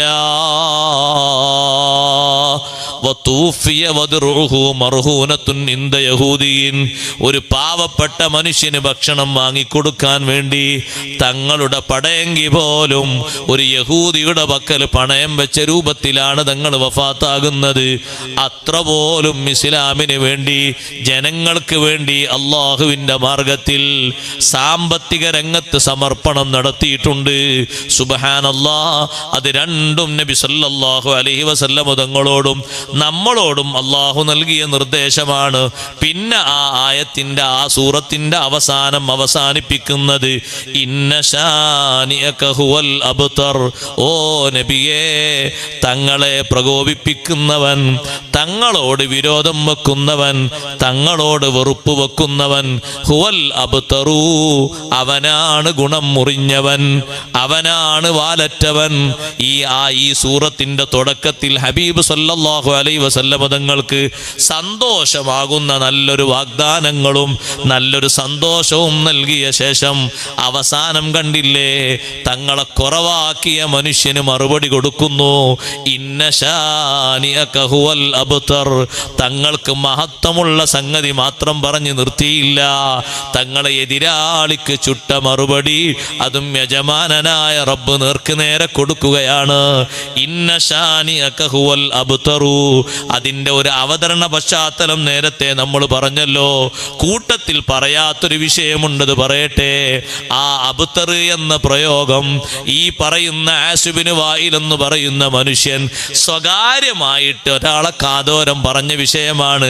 പക്ഷേ സ്വകാര്യം പറഞ്ഞത് മുത്ത് നബിതങ്ങളെ പറ്റി എതിർക്കുന്ന ഭാഷയായപ്പോ റബ്ബ് തആല അത് മറച്ചു വെച്ചില്ല. അതിന്റെ മറുപടി പരസ്യമായി കൊടുത്തു. മുത്തുനബിതങ്ങളോട് അള്ളാഹുവിനുള്ള മഹബത്താണ് അള്ളാഹു ഈ കാണിച്ചു തരുന്നത്. അവര് കാതോരം പറഞ്ഞ വിഷയമാണ് അള്ളാഹു പുറത്തെടുത്ത് വെളിവാക്കിയത്. ഇന്ന ശാനിഅക ഹുവൽ അബ്തറു. തങ്ങളോട് വിരോധം വെക്കുന്ന ആള്, തങ്ങളോട് എതിർപ്പ് വെക്കുന്ന ആള്, ഹുവൽ അബ്തറു, അവനാണ് നബിയെ ഗുണം മുറിഞ്ഞവൻ. അതേ സഹോദരങ്ങളെ, സ്വകാര്യം പറഞ്ഞത് അള്ളാഹു വെളിവാക്കിയപ്പോ അവർക്കെല്ലാവർക്കും വലിയ അതിശയമായി. ഒരത്ഭുതം തന്നെയല്ലേ. കാതോരം പറഞ്ഞ വിഷയം മറുപടിയായിട്ട് നബി സല്ലല്ലാഹു അലൈഹി വസല്ലം തങ്ങൾ അവരെ മുന്നിൽ ഓതിക്കൊടുക്കുകയാണ്. അതേ, അവനാണ് ഗുണം മുറിഞ്ഞവൻ, അവനാണ് കുറ്റിയറ്റവൻ, അവനാണ് വാലുമുറിഞ്ഞവൻ. കൂട്ടത്തിൽ നമുക്ക് പഠിക്കാൻ ഒരുപാട് വിഷയങ്ങളുണ്ട്. ഞാൻ ചുരുക്കി പറയട്ടെ ഈ വിഷയത്തെ സംബന്ധിച്ച്. അബ്തർ എന്ന് പറഞ്ഞവർ പലരും ഉണ്ട്. ആസുബിന് വായിലാണ് ഈ വാക്ക് ഏറ്റവും ആവർത്തിച്ചു പറഞ്ഞവൻ. അതുകൊണ്ടാണ് പല റിപ്പോർട്ടിലും അവനെപ്പറ്റിയാണ് ഈ ആയത്ത് ഇറങ്ങിയത്, ഈ സൂറത്ത് ഇറങ്ങിയത് എന്ന് പറഞ്ഞിട്ടുണ്ട്. ഇതേ ഭാഷ നബിതങ്ങളെ പറ്റി അബൂലഹബ് പറഞ്ഞിട്ടുണ്ട്. ചില പണ്ഡിതന്മാർ അബൂലഹബിന്റെ വിഷയത്തിലാണ് ഇത് ഇറങ്ങിയത് എന്ന് പറഞ്ഞിട്ടുണ്ട്. ഉഖ്ബത്ത് ബിൻ അബീ മുഅയ്ത് എന്ന് പറയുന്ന നീചനായ മനുഷ്യൻ, അവനും ഇതേ പ്രയോഗം മുത്തുനബിതങ്ങളെ പറ്റി നടത്തിയിട്ടുണ്ട്. അവന്റെ വിഷയത്തിലാണ് ഈ ആയത്ത് ഇറങ്ങിയത് എന്ന് പറഞ്ഞിട്ടുണ്ട്. ഇരിക്കട്ടെ, മൊത്തത്തിൽ സത്യനിഷേധികളായ ആളുകൾ ഹബീബ് സല്ലല്ലാഹു അലൈഹി വസല്ലം തങ്ങളെ സംബന്ധിച്ച് ഇങ്ങനെ ഒരു വാക്ക് പറഞ്ഞപ്പോ അള്ളാഹു മറുപടി കൊടുത്ത ശൈലി കണ്ടോ. തങ്ങൾ ഒരിക്കലും ഗുണം മുറിഞ്ഞ ആളല്ല. ഇന്നാ അഅ്തൈനാകൽ കൗസർ. മുറിയാത്ത അനുഗ്രഹങ്ങൾ, അതേ എണ്ണം കണക്കാക്കാൻ കഴിയാത്ത ധാരാളം സന്തോഷങ്ങൾ തങ്ങൾക്ക് തന്നു കഴിഞ്ഞു നബിയേ. തങ്ങളെ എതിർത്തവൻ, തങ്ങളെ ആരോപിച്ചവൻ, തങ്ങളെ കുറ്റം പറഞ്ഞവൻ, അവനാണ് ഗുണം മുറിഞ്ഞവൻ, അവനാണ് പരമ്പര മുറിഞ്ഞവൻ, അവനാണ് നാശമുള്ള ആള്. അവനെ സംബന്ധിച്ചല്ലേ അല്ലാഹു തആല ഈ പറഞ്ഞത്. ആ കൂട്ടത്തിൽ ഹബീബ് റസൂലുള്ളാഹി സ്വല്ലല്ലാഹു അലൈഹി വസല്ലമ തങ്ങളെ അബ്തർ എന്ന് വിളിച്ച ആളുകളെ എണ്ണി പറഞ്ഞപ്പോ അബൂജഹലിനെയും പണ്ഡിതന്മാർ എണ്ണി പറയുന്നുണ്ട്. അബൂജഹൽ തൻ്റെ വീട്ടില് തൻ്റെ അനുയായികളെ വിളിച്ചിട്ട് നല്ലൊരു സൽക്കാരം സംഘടിപ്പിച്ചിട്ട് പിന്നെ അവൻ പ്രസംഗിക്കാൻ വേണ്ടി എഴുന്നേറ്റു. നല്ല ഒരു സദ്യ ഉണ്ടാക്കിയിട്ട് പ്രസംഗിക്കാൻ വേണ്ടി എണീറ്റപ്പോ നബി സല്ലല്ലാഹു അലൈഹി വസല്ലമ തങ്ങളെ സംബന്ധിച്ച് ഇതേ ഭാഷ അവനും പ്രയോഗിച്ചിട്ട് പിന്നെ ആവേശത്തോടവൻ പറഞ്ഞു, എല്ലാവരും എഴുന്നേൽക്കൂ, എന്റെ നേതൃത്വത്തിൽ നമുക്കെല്ലാവർക്കും ഒന്ന് പോകാം. ആരിലേക്ക്? മുഹമ്മദുർ റസൂലുള്ളാഹി സ്വല്ലല്ലാഹു അലൈഹി വസല്ലം തങ്ങളുടെ അടുത്തേക്ക്. തങ്ങൾ എവിടെയാണുള്ളത്? ഖദീജ ബീവി റളിയല്ലാഹു അൻഹയോടൊപ്പം മക്കയിൽ താമസിച്ചു താമസിക്കുന്നുണ്ട്, മക്കയിൽ വെച്ചാണ് ഈ സംഭവം നടക്കുന്നത്. എന്നിട്ട് വൗസാരിയുഹു, മുഹമ്മദിനോട് ഞാനൊന്ന് ഗുസ്തി കൂടിയിട്ട് ഒന്ന് തള്ളിയിട്ട് പരാജയപ്പെടുത്തും. ആ സദസ്സിൽ വെച്ച് നല്ല ഊക്കോടെ അബൂജഹൽ പറഞ്ഞതാണ്, ഇന്നൊന്ന് ഗുസ്തി പിടിച്ച് മല്ല് പിടിച്ചിട്ട് തള്ളിയിട്ട് വീഴ്ത്തിയിട്ട് നിങ്ങൾക്കൊക്കെ ചിരിക്കാനും സന്തോഷിക്കാനും കൂക്കി വിളിക്കാനും ഒരു അവസരം ഉണ്ടാക്കി തരാം, എല്ലാവരും എണീക്കിയെന്ന് പറഞ്ഞു. ഭക്ഷണം കഴിച്ച് ഈ പ്രസംഗത്തിലൊക്കെ ത്രില്ല് പിടിച്ച ആൾക്കാർ എണീറ്റു. അബൂജഹലാണെങ്കിൽ നല്ല ആരോഗ്യവാനുമാണ്, നല്ല തടിമാടനുമാണ്. പക്ഷെ എത്ര ആരോഗ്യവാന്മാർ വന്നാലും അഷ്റഫുൽ ഖൽഖ് റസൂലുള്ളാഹി സ്വല്ലല്ലാഹു അലൈഹി വസല്ലം തങ്ങളോട് ജയിക്കാൻ പറ്റുന്ന ഒരൊറ്റ ആരോഗ്യവാനും അറേബ്യയിൽ ജനിച്ചിട്ടില്ല. അന്നത്തെ കാലത്ത് ഒരൊറ്റൊന്നും അങ്ങനെ ഉണ്ടായിട്ടില്ല. മുമ്പെത്ര അനുഭവങ്ങൾ അവിടെ ഉണ്ട് മക്കയിൽ. ഇതേപോലത്തെ എത്ര ആൾക്കാരുണ്ടായിരുന്നു. വെല്ലുവിളിച്ചിരുന്ന ആൾക്കാരെ കൂട്ടത്തിൽ ഒരാളല്ലായിരുന്നു റുക്കാൻ ഇബ്നു യസീദ് എന്ന് പറയുന്ന മനുഷ്യൻ. റുക്കാനത്ത് ഇബ്നു യസീദ്. അവനെ തോൽപ്പിക്കാൻ പറ്റിയ ഒരൊറ്റ ആളുമില്ലെന്ന്. പക്ഷെ അവനെ തള്ളിയിട്ട് ആകെ ഒരാളുള്ളത് മുഹമ്മദ് റസൂലുള്ളാഹി സ്വല്ലല്ലാഹു അലൈഹി വസല്ലം. തങ്ങൾ ഒന്നിങ്ങനെ കൈവച്ചിട്ട് ഒന്നിങ്ങനെ തള്ളി വീഴ്ത്തിയപ്പോൾ റുക്കാന ചോദിച്ചു, ഞാൻ വീണോ? അവനെന്നെ ഒരു സംശയം, ഞാൻ വീണോന്ന്. കാരണം ഇത്ര പെട്ടെന്നല്ലേ വീഴ്ത്തിയത്. രണ്ടാമത്തെ ഒരു ചാൻസ് കൂടി ആവർത്തിച്ച് ചോദിച്ചു. നബി സല്ലല്ലാഹു അലൈഹി വസല്ലം രണ്ടാമത്തെ ചാൻസും ആകാം, നീ ഒരുങ്ങിക്കോ, ഞാൻ സാവകാശം തരാം. അവൻ എല്ലാ വിധത്തിലും ഒരുങ്ങി റെഡിയാക്കി മസിലൊക്കെ ഒന്ന് വീർപ്പിച്ച് ഉഷാറാക്കി കൊണ്ടുവന്ന് മുന്നിൽ വന്നു നിന്നു. നബി സല്ലല്ലാഹു അലൈഹി വസല്ലം പിന്നെയും മോനെ മലർത്തിയിട്ടു, തള്ളിയിട്ടു. 2ഉം 3ഉം തവണ ഒക്കെ തള്ളിയിട്ടപ്പോഴും അവൻ പരാജയപ്പെട്ടോ എന്ന് സമ്മതിക്കാനൊരു പ്രയാസം. അങ്ങനെ ഉണ്ടാവുമല്ലോ. മുമ്പൊക്കെ ജയിച്ച ആൾക്കാർ ഒരിക്കൽ തോറ്റാൽ ഞാൻ തോറ്റോ എന്ന് അയാളെന്നെ ചോദിക്കൂലേ. തെരഞ്ഞെടുപ്പിൽ തോറ്റാലല്ലാതെ ഞാൻ തോറ്റോ, അയാൾക്കെന്നെ ഒരു സംശയം, തോറ്റോന്ന് സമ്മതിക്കാണ്ട് കഴിയൂല. അതേപോലെ റുക്കാനയും ചോദിച്ചു, ഞാൻ തോറ്റോ, ഞാൻ തള്ളി വീണോ? അതെ, നീ തള്ളി 3 പ്രാവശ്യം നീ താഴോട്ട് വീണില്ലേ. പക്ഷെ എങ്ങനൊക്കെ വീഴ്ത്തിയിട്ടും ആ റുക്കാനക്ക് ഹബീബ് റസൂലുള്ളാഹി സ്വല്ലല്ലാഹു അലൈഹി വസല്ലം തങ്ങളെ സമ്മതിക്കാനോ വിശ്വസിക്കാനോ റുക്കാനക്ക് കഴിഞ്ഞില്ല. റുക്കാനന്റെ അതേ റൂട്ടിൽ വന്ന റുക്കാനക്ക് ഒരു മകനുണ്ടായിരുന്നു. ആ മകൻ നല്ല ആരോഗ്യവാനായിട്ട് നല്ല ചെറുപ്പക്കാരനായി നല്ല തുടിപ്പോടെ വന്നിട്ട് പലരും പറഞ്ഞു, നിന്റെ വാപ്പയെ ആകെ അവിടെ വീഴ്ത്തിയിട്ട് ഈ മക്കത്ത് വീഴ്ത്തിയ ഒരാളെ ഉള്ളൂ, അത് മുഹമ്മദ് റസൂലുള്ളാഹി സ്വല്ലല്ലാഹു അലൈഹി വസല്ലം, വേറെ ആരുമില്ല. അപ്പം മകൻ വന്നിട്ട് അള്ളാഹുവിൻ്റെ റസൂലിനെ വെല്ലുവിളിച്ചു, വാപ്പാനെ പോലെ എന്നെ വീഴ്ത്താൻ കഴിയുമെന്ന് നോക്കണ്ടട്ടോ, അതിന് ഒരുക്കുണ്ടെങ്കിൽ നിങ്ങൾ വരീന്ന് പറഞ്ഞു. നബി സല്ലല്ലാഹു അലൈഹി വസല്ലം ഒരുക്കമാണ്. പക്ഷെ വാപ്പയെ പോലെ സൗജന്യമായിട്ടുള്ള വിഷയത്തിന് ഞാനില്ല. നീ തോൽക്കുകയാണെങ്കിൽ അതിൻ്റെ പകരം ഇവിടെ ഒരു സംഗതി തരണം. അത് പന്തയല്ല, ഞാൻ പന്തയെന്ന് പേര് പറയണ്ട, തോൽവി സമ്മതിക്കാൻ വേണ്ടി ഒരു കണ്ടീഷൻ. 1ാമത്തെ പ്രാവശ്യം നീ തോറ്റു, നീ താഴെ വീണു എങ്കിൽ ഒരു 100 ഒട്ടകം. 2ാമത്തേലും നീ തോൽക്കുകയാണെങ്കിൽ 100 പോരാ 200. 3ാമത്തേലും നീ തോൽക്കുകയാണെങ്കിൽ 100 പോരാ 200 പോരാ 300. അവൻ പറഞ്ഞു റെഡി, നല്ല പണക്കാരനാണ്, ആ റെഡിന്ന്. റുക്കാനയുടെ മകൻ വന്നു. നബി സല്ലല്ലാഹു അലൈഹി വസല്ലം തങ്ങൾ വീട്ടിൽ നിന്ന് ഇങ്ങനെ ഇറങ്ങി വന്നു. ആളുകളൊക്കെ ചുറ്റുഭാഗത്ത് നോക്കി നിൽക്കല്ലേ. നല്ല തടിമാടനും നല്ല മല്ലനുമായ റുക്കാനയുടെ മകനെ ഹബീബ് സല്ലല്ലാഹു അലൈഹി വസല്ലം പതുക്കെ ഒന്ന് തൊട്ടു, താഴെ വീണു. ഒന്നിങ്ങനെ തടവിയിട്ടേ ഉള്ളൂ, പിടിച്ചു നിൽക്കാൻ കഴിഞ്ഞില്ല, താഴെ വീണു. 2 കാലും തെറ്റിപ്പോയി, നൃത്തം കിട്ടിയില്ല, താഴെ വീണു. താഴെ വീണപ്പോൾ വാപ്പ പറഞ്ഞപ്പോൾ തന്നെ പറഞ്ഞു, റുദിയാ മുഹമ്മദ്, ഒന്നുകൂടി ഒരൊറ്റ തവണ ഒരു ചാൻസ് കൂടി. ശരി, കണ്ടീഷൻ നീ അംഗീകരിക്കൂല, അംഗീകരിക്കും. 1ാമതിപ്പോ 100 ഒട്ടകം പോയി, 2ാമതും മറിച്ചിട്ടു, 2ാമതും തള്ളിയിട്ടു, 3ാമതും ചാൻസ് ചോദിച്ചു, 3ാമതും തള്ളിയിട്ടു. 3 പ്രാവശ്യം ഇങ്ങനെ തള്ളി താഴെ വീണപ്പോ എഴുന്നേറ്റ് നിന്നിട്ട് മകൻ പറഞ്ഞു, ഉറപ്പായിട്ടും എനിക്ക് മനസ്സിലായി, ഹഖൻ, ഞാൻ ഉറപ്പിച്ചു പറയുന്നു, അഷ്ഹദു അന്നക റസൂലുള്ളാഹ്, തങ്ങൾ അല്ലാഹുവിൻ്റെ റസൂലാണ് ഞാൻ സാക്ഷ്യപ്പെടുത്തി, ഉറപ്പിച്ചു പറയാം. എനിക്ക് ഉറപ്പായി. കാരണം ഒരുപാട് മല്ലന്മാരോട് ഞാൻ അവിടെ നോക്കിയിട്ട് ആരും ജയിക്കാൻ പറ്റിയ ഒരാളെ ഇതുവരെ ഞാൻ കണ്ടിട്ടില്ല. ഇത്രയും പ്രായത്തിലും അള്ളാഹു തങ്ങൾക്ക് തന്നൊരു ഖുവ്വത്ത്, ആരോഗ്യം, അത് ചില്ലറ ആരോഗ്യമല്ല, വല്ലാത്ത ആരോഗ്യം തന്നെ. ഇതേ രൂപത്തിൽ മല്ല് പിടിക്കാനാണ് അബൂജഹൽ ഈ സദ്യക്ക് വന്ന ആൾക്കാരൊക്കെ കൊണ്ടുപോകുന്നത്. ഹബീബ് സല്ലല്ലാഹു അലൈഹി വസല്ലം തങ്ങളെ വിളിച്ചു. ഖദീജ ബീവിന്റെ വീട്ടിലുണ്ട് തങ്ങൾ. എവിടെ വരാൻ പറയുന്നു. അപ്പൊ നബി സല്ലല്ലാഹു അലൈഹി വസല്ലം തങ്ങൾ പറഞ്ഞു, ശരി. അതിന് കുഴപ്പമൊന്നുമില്ല, മൽപ്പിടുത്തം നടത്താനല്ലേ. പക്ഷെ എല്ലാ സ്ഥലത്തും ഇങ്ങനെ ഓടിപ്പാഞ്ഞ് മൽപ്പിടുത്തം നടത്താനും ഞാനില്ല. ഖദീജ ബീവി റളിയല്ലാഹു അൻഹ ഒരു വിരിപ്പ് അങ്ങോട്ട് കൊടുത്തു. ഈ വിരിപ്പിന്റെ ഉള്ളിലാകണം പരിപാടി. മറ്റേതിങ്ങനെ ഒരു കളം വരക്കാതെ എല്ലോട്ടും പോലെ ഒരു പ്രത്യേക കളം ഉണ്ടാകല്ലേ. കൈ പിടിക്കുന്നവർക്കും ഗുസ്തി പിടിക്കുന്നവർക്കും ഒരു പ്രത്യേക സ്റ്റേജ് ആണല്ലോ. അതിന്റെ ഉള്ളിൽ നിന്ന് വേണം അങ്ങോട്ടും ഇങ്ങോട്ടും പോയാൽ സംഗതി പോയി. ഒരു വിരിപ്പ് അങ്ങോട്ട് വിരിച്ചു. അങ്ങനെ നബി സല്ലല്ലാഹു അലൈഹി വസല്ലം തങ്ങളെ മൽപിടുത്തം നടത്താൻ വേണ്ടി അബൂജഹൽ മുന്നോട്ട് വന്നു. ഹബീബ് സല്ലല്ലാഹു അലൈഹി വസല്ലം പെട്ടെന്ന് വീത്താതെങ്ങനെ നിന്നു കൊടുത്തു. അബൂജഹൽ കഴിവിന്റെ പരമാവധി പരിശ്രമിച്ചു തള്ളിയിടാൻ വേണ്ടി. എന്തൊരു ശ്രമാന്നറിയോ? അപ്പുറത്തും ഇപ്പുറത്തും നിൽക്കുന്ന ആളുകൾ നോക്കുന്നുണ്ട്.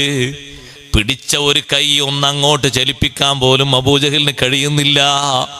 എല്ലാ തരം ശ്രമങ്ങളും നടത്തിയിട്ട് അബൂജഹൽ വിയർക്കുന്നുണ്ട്. ഹബീബ് സല്ലല്ലാഹു അലൈഹി വസല്ലം നിന്നതേ ഒരു നൃത്തം കൊടുക്കുന്നു. എല്ലാവരും നല്ലോണം ഒന്ന് കാണട്ടെ എന്ന് കരുതി നബിതങ്ങളൊന്ന് സാവകാശം കൊടുക്കാണ്. വിയർക്കുന്നതും കഷ്ടപ്പെടുന്നതും ഒന്ന് കാണട്ടെ. കഴിവിന്റെ പരമാവധി ഇവൻ അധ്വാനിക്കട്ടെ. കഴിവിന്റെ പരമാവധി പിടിച്ച് അധ്വാനിച്ച് റെഡിയാക്കാൻ നോക്കി. പക്ഷേ കഴിയണ്ടേ, ഒരു നിലക്കും ഒന്ന് തെറ്റിക്കാൻ പോലും കഴിയുന്നില്ല. ഒരൊറ്റ തള്ളല് കൊടുത്തു. അബൂജഹൽ താഴെ വീണു.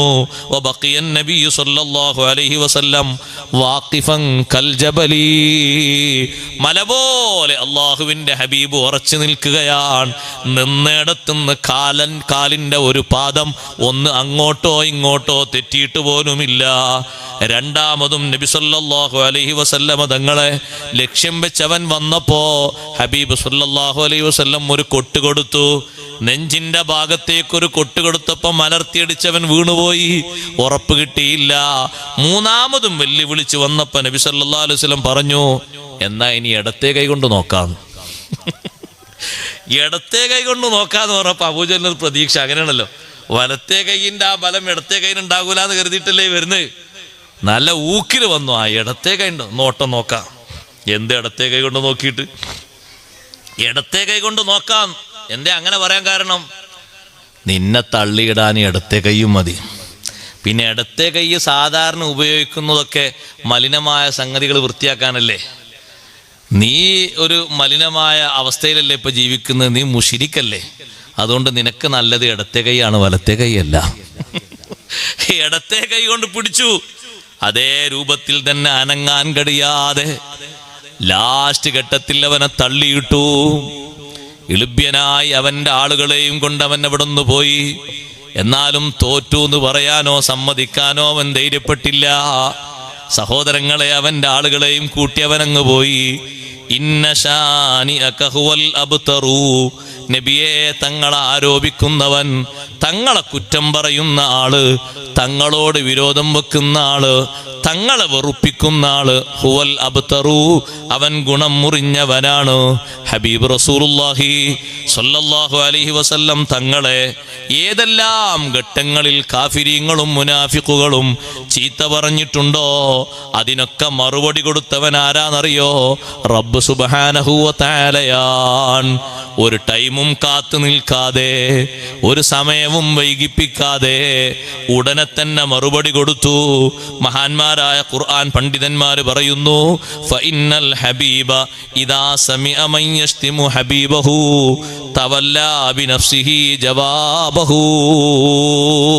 സാധാരണ സുഹൃത്തുക്കൾ തമ്മിലുള്ളൊരു ബന്ധം അങ്ങനെയാണ്. യഥാർത്ഥത്തിൽ രണ്ട് സുഹൃത്തുക്കൾ യഥാർത്ഥ മഹബത്തിലാണോ, മറ്റൊരാളെ പറഞ്ഞാൽ മതി ഇയാള് മറുപടി പറയും, ഇയാളെ പറഞ്ഞാലോ മറ്റേയാള് മറുപടി പറയും. മുത്തുനബി സല്ലല്ലാഹു അലൈഹി വസല്ലം തങ്ങളോട് അള്ളാഹുവിന്റെ മഹബത്ത് അങ്ങനെയാണ്. തങ്ങളെ ആര് എവിടുന്ന് എപ്പ എങ്ങനെ എതിർത്തോ അതിന്റെ ഊക്കിൽ അല്ലാഹു തആല മറുപടി കൊടുത്തിട്ടുണ്ട്. ഖുർആനിൽ ഒരുപാട് ഉദാഹരണങ്ങൾ കാണാം. കണ്ടില്ലേ നിങ്ങൾ? കാഫിരീങ്ങൾ ഒരു ചോദ്യം ചോദിച്ചില്ലേ, ഹൽ നദുല്ലുക്കും അലാ റജുലിൻ യുനബ്ബിഉക്കും ഇദാ മുസ്ഖതും കുല്ല മുമസ്സഖിൻ ഇന്നകും ലഫീ ഖൽഖിൻ ജദീദ്. അതേ കാഫിരീങ്ങൾ കൂടെയുള്ള ആളുകളോട് ചോദിച്ചതാണ്, ഒരു മനുഷ്യനെ നിങ്ങൾക്ക് കാണിച്ചു തരട്ടെ, നിങ്ങളൊക്കെ മണ്ണിന്റെ അടിയിൽ കൊണ്ടുപോയി മറവ് ചെയ്തിട്ട് നിങ്ങളെ ശരീരം മണ്ണിലേക്ക് ചേർന്നിട്ട് ചിന്ന ഭിന്നമായി പോയാൽ പിന്നെയും ഒരു പുതിയ സൃഷ്ടിപ്പ് നൽകിയിട്ട് നിങ്ങളെ തിരിച്ചു കൊണ്ടുവരും എന്ന് പറയുന്നൊരു മനുഷ്യനെ കാണിച്ചു തരട്ടെ. അഫ്തറാ അലല്ലാഹി കദിബൻ അംബിഹി ജിന്നാ, അള്ളാഹുവിന്റെ മേൽ വ്യാജമായി നിർമ്മിച്ചുണ്ടാക്കി പറയുകയാണോ? അതല്ല, പറയുന്ന മനുഷ്യനിൽ വല്ല ബാധയുമുണ്ടോ, വല്ല ഭ്രാന്തും ബാധിച്ചിട്ടുണ്ടോ എന്നവർ സംശയം പറഞ്ഞപ്പോഴേക്ക് അല്ലാഹു മറുപടി കൊടുത്തു, അതൊന്നുമല്ല സംഗതി. ബലില്ലദീന ലാ യുഅ്മിനൂന ബിൽആഖിറതി ഫിൽ അദാബി വല്ലലാലിൽ ബഈദ്. പരലോകം കൊണ്ട് വിശ്വസിക്കാൻ കഴിയാത്ത ആളുകൾ, അവർക്കിതൊന്നും ഉൾക്കൊള്ളാനോ ചിന്തിക്കാനോ കഴിയില്ല. അതുകൊണ്ടാണ് അവരിങ്ങനെ പറയുന്നത്, നബിയെ തങ്ങളതിൽ വിഷമിക്കേണ്ടതില്ല. നബി സല്ലല്ലാഹു അലൈഹി വസല്ലമ തങ്ങളെ സംബന്ധിച്ച് മക്കത്തെ വലീദ് ഇബ്നു മുഗീറ എന്ന് പറയുന്ന വലിയ പ്രഭാഷകനും സാഹിത്യകാരനും വലിയ പണക്കാരന്റെ മോനും വലിയ തറവാട്ടുകാരനും എന്നൊക്കെ പറയുന്ന ആള് അല്ലാഹുവിന്റെ ഹബീബിനെ സംബന്ധിച്ച് മജ്നൂൻ എന്ന് പറഞ്ഞപ്പോ 3 വാക്യങ്ങൾ സത്യം ചെയ്തിട്ട് അല്ലാഹു പറഞ്ഞില്ലേ, നൂൻ വൽ ഖലമി വമാ യസ്തുറൂൻ മാ അൻത ബിനിഅമതി റബ്ബിക ബിമജ്നൂൻ. അല്ലാഹുവിന്റെ മറുപടിയാണ് നബിയെ, അല്ലാഹു അനുഗ്രഹിച്ചിട്ട് മാ അൻത ബിനിഅമതി റബ്ബിക ബിമജ്നൂൻ, അല്ലാഹു അനുഗ്രഹിച്ചിട്ട് തങ്ങൾ ഒരിക്കലും മജ്നൂനല്ല. മജ്നൂനെന്ന് തങ്ങളെ പറയാൻ ആർക്കും കഴിയില്ല. തങ്ങൾക്ക് ഭ്രാന്തുണ്ട് എന്നോ തങ്ങൾക്ക് ചിത്തഭ്രമം സംഭവിച്ചിട്ടുണ്ട് എന്നോ അള്ളാഹുവിന്റെ അനുഗ്രഹം കൊണ്ട് ഒരാളും അങ്ങനെ പറയില്ല. അങ്ങനെ പറയുന്നൊരവസ്ഥ വരില്ല. പറയുന്നവരവിടെ പറഞ്ഞോട്ടെ, തങ്ങളത് വിഷയമാക്കണ്ട. വ ഇന്നലക ലാജ്റൻ ഗൈറ മംനൂൻ, തങ്ങൾക്ക് മുറിയാത്ത അനന്തമായ കൂലി അള്ളാഹു തരുന്നുണ്ട്. ആ മജ്നൂൻ എന്ന് പറയുന്ന മനുഷ്യനെ അല്ലാഹു തആല വെറുതെ വിട്ടില്ല. നിങ്ങൾ നോക്ക്, നബി സല്ലല്ലാഹു അലൈഹി വസല്ലമ തങ്ങളെ സംബന്ധിച്ച് ജനങ്ങൾക്കിടയിൽ പിടിച്ചു നിൽക്കാൻ വേണ്ടി, ആളാകാൻ വേണ്ടിയിട്ടൊരു പ്രയോഗം നടത്തിയതാണ് വലീദ്. വലീദ് ഒന്നല്ലേ മുത്തുനബി തങ്ങളെ പറ്റി പറഞ്ഞത്? പക്ഷെ അല്ലാഹു തആല ഒന്നിനു പകരം 10 എണ്ണമാണ് അല്ലാഹു തിരിച്ചു പറഞ്ഞത്. അത് ഹബീബ് സല്ലല്ലാഹു അലൈഹി വസല്ലമ തങ്ങളെ സംബന്ധിച്ച് ആര് എതിർത്തോ, ആര് തങ്ങളോട് വിരോധം വെച്ച് എന്തു പറഞ്ഞോ, അവരെ ഒന്നും അല്ലാഹു തആല നേർക്കുനേരെ വിട്ടിട്ടില്ല. ഒന്നല്ല, ഖുർആനിൽ അങ്ങനെ ധാരാളം ഉദാഹരണങ്ങളുണ്ട്. ഒരാളെയും വെറുതെ വിട്ടിട്ടില്ല. അത് അള്ളാഹുവിന്റെ മഹബത്താണ്. ലോകത്തുള്ള ആളുകളൊക്കെ പഠിക്കാൻ വേണ്ടിയാണത് പറയുന്നത്. നബി സല്ലല്ലാഹു അലൈഹി വസല്ലം തങ്ങളെ കൊച്ചാക്കിയിട്ടുള്ള ഒരു വർത്തമാനം, അല്ലെങ്കിൽ ആ വർത്തമാനം പറയുന്ന ആളുകളെ അനുകരിക്കുന്ന, അംഗീകരിക്കുന്ന, സ്നേഹിക്കുന്ന ഒരു സ്വഭാവം മുഅ്മിനീങ്ങൾക്ക് പറ്റൂല. അവനെ പറ്റിയല്ലേ അള്ളാഹു പറഞ്ഞത്, ഇന്ന ശാനിയക ഹുവൽ അബ്തർ. വലീദ് ഇബ്നു മുഗീറ ഒരൊറ്റ വാക്ക് പറഞ്ഞപ്പോ അല്ലാഹു തആല എണ്ണി പറഞ്ഞു നോക്ക് നിങ്ങൾ, എത്ര ശക്തിയിലാണ് അല്ലാഹു പറഞ്ഞത്. സാധാരണ സഹോദരങ്ങളെ, ഒരു മറുപടിക്ക് ഒരു മറുപടിയല്ലേ. പക്ഷെ ഇവിടെ പറഞ്ഞ ആരോപണം ശക്തമായതുകൊണ്ട് അല്ലാഹു തആല ഒന്നിനു പകരം 10 എണ്ണമാ വെച്ചു കൊടുത്തത്. വലീദ് ഇബ്നു മുഗീറയെ പറ്റി അല്ലാഹു 10 സ്വഭാവങ്ങൾ എണ്ണി പറഞ്ഞു. ഫലാ തുതിഇൽ മുകദ്ദിബീൻ, ഒന്നാമതായിട്ട് പെരുങ്കള്ളം പറയുന്ന ആളാണ്. വലാ തുതി കുല്ല ഹല്ലാഫിൻ മഹീൻ ഹമ്മാസിൻ മശാഇൻ ബിനമീം മന്നാഇൽ ലിൽ ഖൈരി മുഅ്തദിൻ നസീം ഉതുല്ലിൻ ബഅദ ദാലിക സനീം. രണ്ടാമത് അല്ലാഹു പറഞ്ഞു ഹല്ലാഫ്, തോണ്ടിയതിന് മുഴുവനും അനങ്ങിയതിന് മുഴുവനും സത്യം ചെയ്യുന്ന ആള്. നുണ പറയുകയാണെങ്കിൽ വലിയ സത്യമായിരിക്കും, സത്യമാണ് പറയുന്നെങ്കിൽ അപ്പോഴും സത്യം ഉണ്ടാവും. മൂന്നാമതായി അല്ലാഹു തആല പറഞ്ഞു മഹീൻ, എല്ലാ നിലക്കും അവൻ നീചനാണ്, നികൃഷ്ടനാണ്, സ്വഭാവത്തിലും സംസ്കാരത്തിലും ഒക്കെ എരപ്പത്തരുള്ള ആളാണ്. നാലാമതായിട്ട് അല്ലാഹു തആല പറഞ്ഞു ഹമ്മാസിൻ, പരിഹസിക്കാൻ വലിയ ഉഷാറാണ്, ആരെ കളിയാക്കുന്നതിലും ഫസ്റ്റ് റാങ്ക് കിട്ടും. അല്ലാഹു തആല പറഞ്ഞ ഈ ആയത്തുകളും മുത്തുനബിതങ്ങളും ഇങ്ങനെ ഓതിക്കൊടുക്കുമ്പോൾ അവന്റെ അനുയായികളായ ആൾക്കാരനെ പറയുന്നുണ്ട്, അതൊക്കെ നമ്മളെ നേതാവിന് ഫിറ്റാണ് തന്നെയാണ്. ആർക്ക്? വലീദിന് ഫിറ്റായ സ്വഭാവമാണ് പറഞ്ഞതൊക്കെ ഉണ്ട്. കളവ് പിന്നെ അവന്റെ സ്വഭാവമാണ്. സത്യം പിന്നെ അത്ര പറഞ്ഞ ആരും ഉണ്ടാവില്ല മക്കത്ത്. എന്ത് പറയാണെങ്കിലും സത്യം ചെയ്തിട്ടേ പറയുള്ളൂ. അല്ലാഹു തആല സത്യം ചെയ്തിട്ടല്ല, ആളുകൾ സ്വീകരിക്കാൻ വേണ്ടിയാണ് സത്യവാചകം പറയുന്നത്, പക്ഷെ അത് നുണയായിരിക്കും. പിന്നെയോ മശാഇം ബിനമീം, നമീമത്വമായിട്ട് നടക്കുക. ഇവിടെ നിന്ന് കുറച്ച് പറയാതെ അവിടെ കൊണ്ടുപോയി കൊട്ടുക, അവിടെയും ഇവിടെയും അങ്ങോട്ടും ഇങ്ങോട്ടും തിരികെത്തിക്കുക, അവർക്കിടയിൽ ഫിത്തന ഉണ്ടാക്കുക, പ്രശ്നം ഉണ്ടാക്കുക, ആ ഒരു സ്വഭാവം. മന്നാഇൽ ലിൽ ഖൈർ, മറ്റുള്ളവർക്ക് വരുന്ന ഗുണങ്ങളൊക്കെ തടഞ്ഞു വെക്കുന്ന ആള്. വേറെ ആർക്കെങ്കിലും എന്തെങ്കിലും നിയമത്ത് കിട്ടാന്ന് പറഞ്ഞാൽ അത് രസിക്കൂല, സഹിക്കൂല, അതിനപ്പ അള്ളി വെക്കും. അങ്ങനെയുണ്ട് ചില ആളുകൾ. ആർക്കെങ്കിലും എന്തെങ്കിലും നിയമത്ത് അല്ലാഹു തആല കൊടുക്കുകയാണെങ്കിൽ അപ്പൊ അതിൽ എന്തെങ്കിലുമൊക്കെ ഒന്ന് ചുരുട്ടുണ്ടാക്കിയിട്ട് എന്തെങ്കിലുമൊക്കെ ഒരു ഫിത്തനയും ഫസാദും ഉണ്ടാക്കിയിട്ട് കെടുത്തിക്കളയും. ഒരാൾക്കും കിട്ടുന്ന ഖൈറിൽ നമ്മൾ അസൂയ വെക്കരുത്, നമ്മൾക്കതിൽ ഇടങ്ങേറുണ്ടാകരുത്. ഖൈറായ രൂപത്തിൽ അല്ലാഹു നടത്തി കൊടുക്കട്ടെ എന്ന് വരക്കാ വേണ്ടിയത്.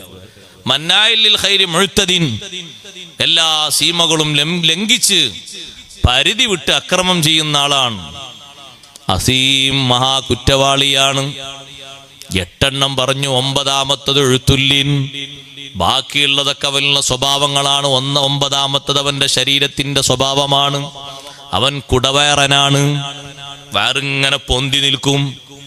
പഴയ പള്ളിന്റെ മിഹ്റാബോ കണ്ടില്ലേ നിങ്ങൾ, മുന്നോട്ട് ഇങ്ങനെ തള്ളി നിൽക്കുന്നു, അതേപോലെ അവന്റെ വയറിങ്ങനെ പൊന്തി നിൽക്കും.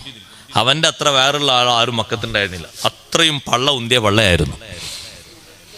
10ാമതായി അല്ലാഹു തആല പറഞ്ഞു ബഅദ ദാലിക സനീം, ഇതിനൊക്കെ പുറമെ ഒരു കാര്യം കൂടി പറഞ്ഞു തരാം. സനീമുൻ, അവൻ ജാരസന്തതിയാണ്.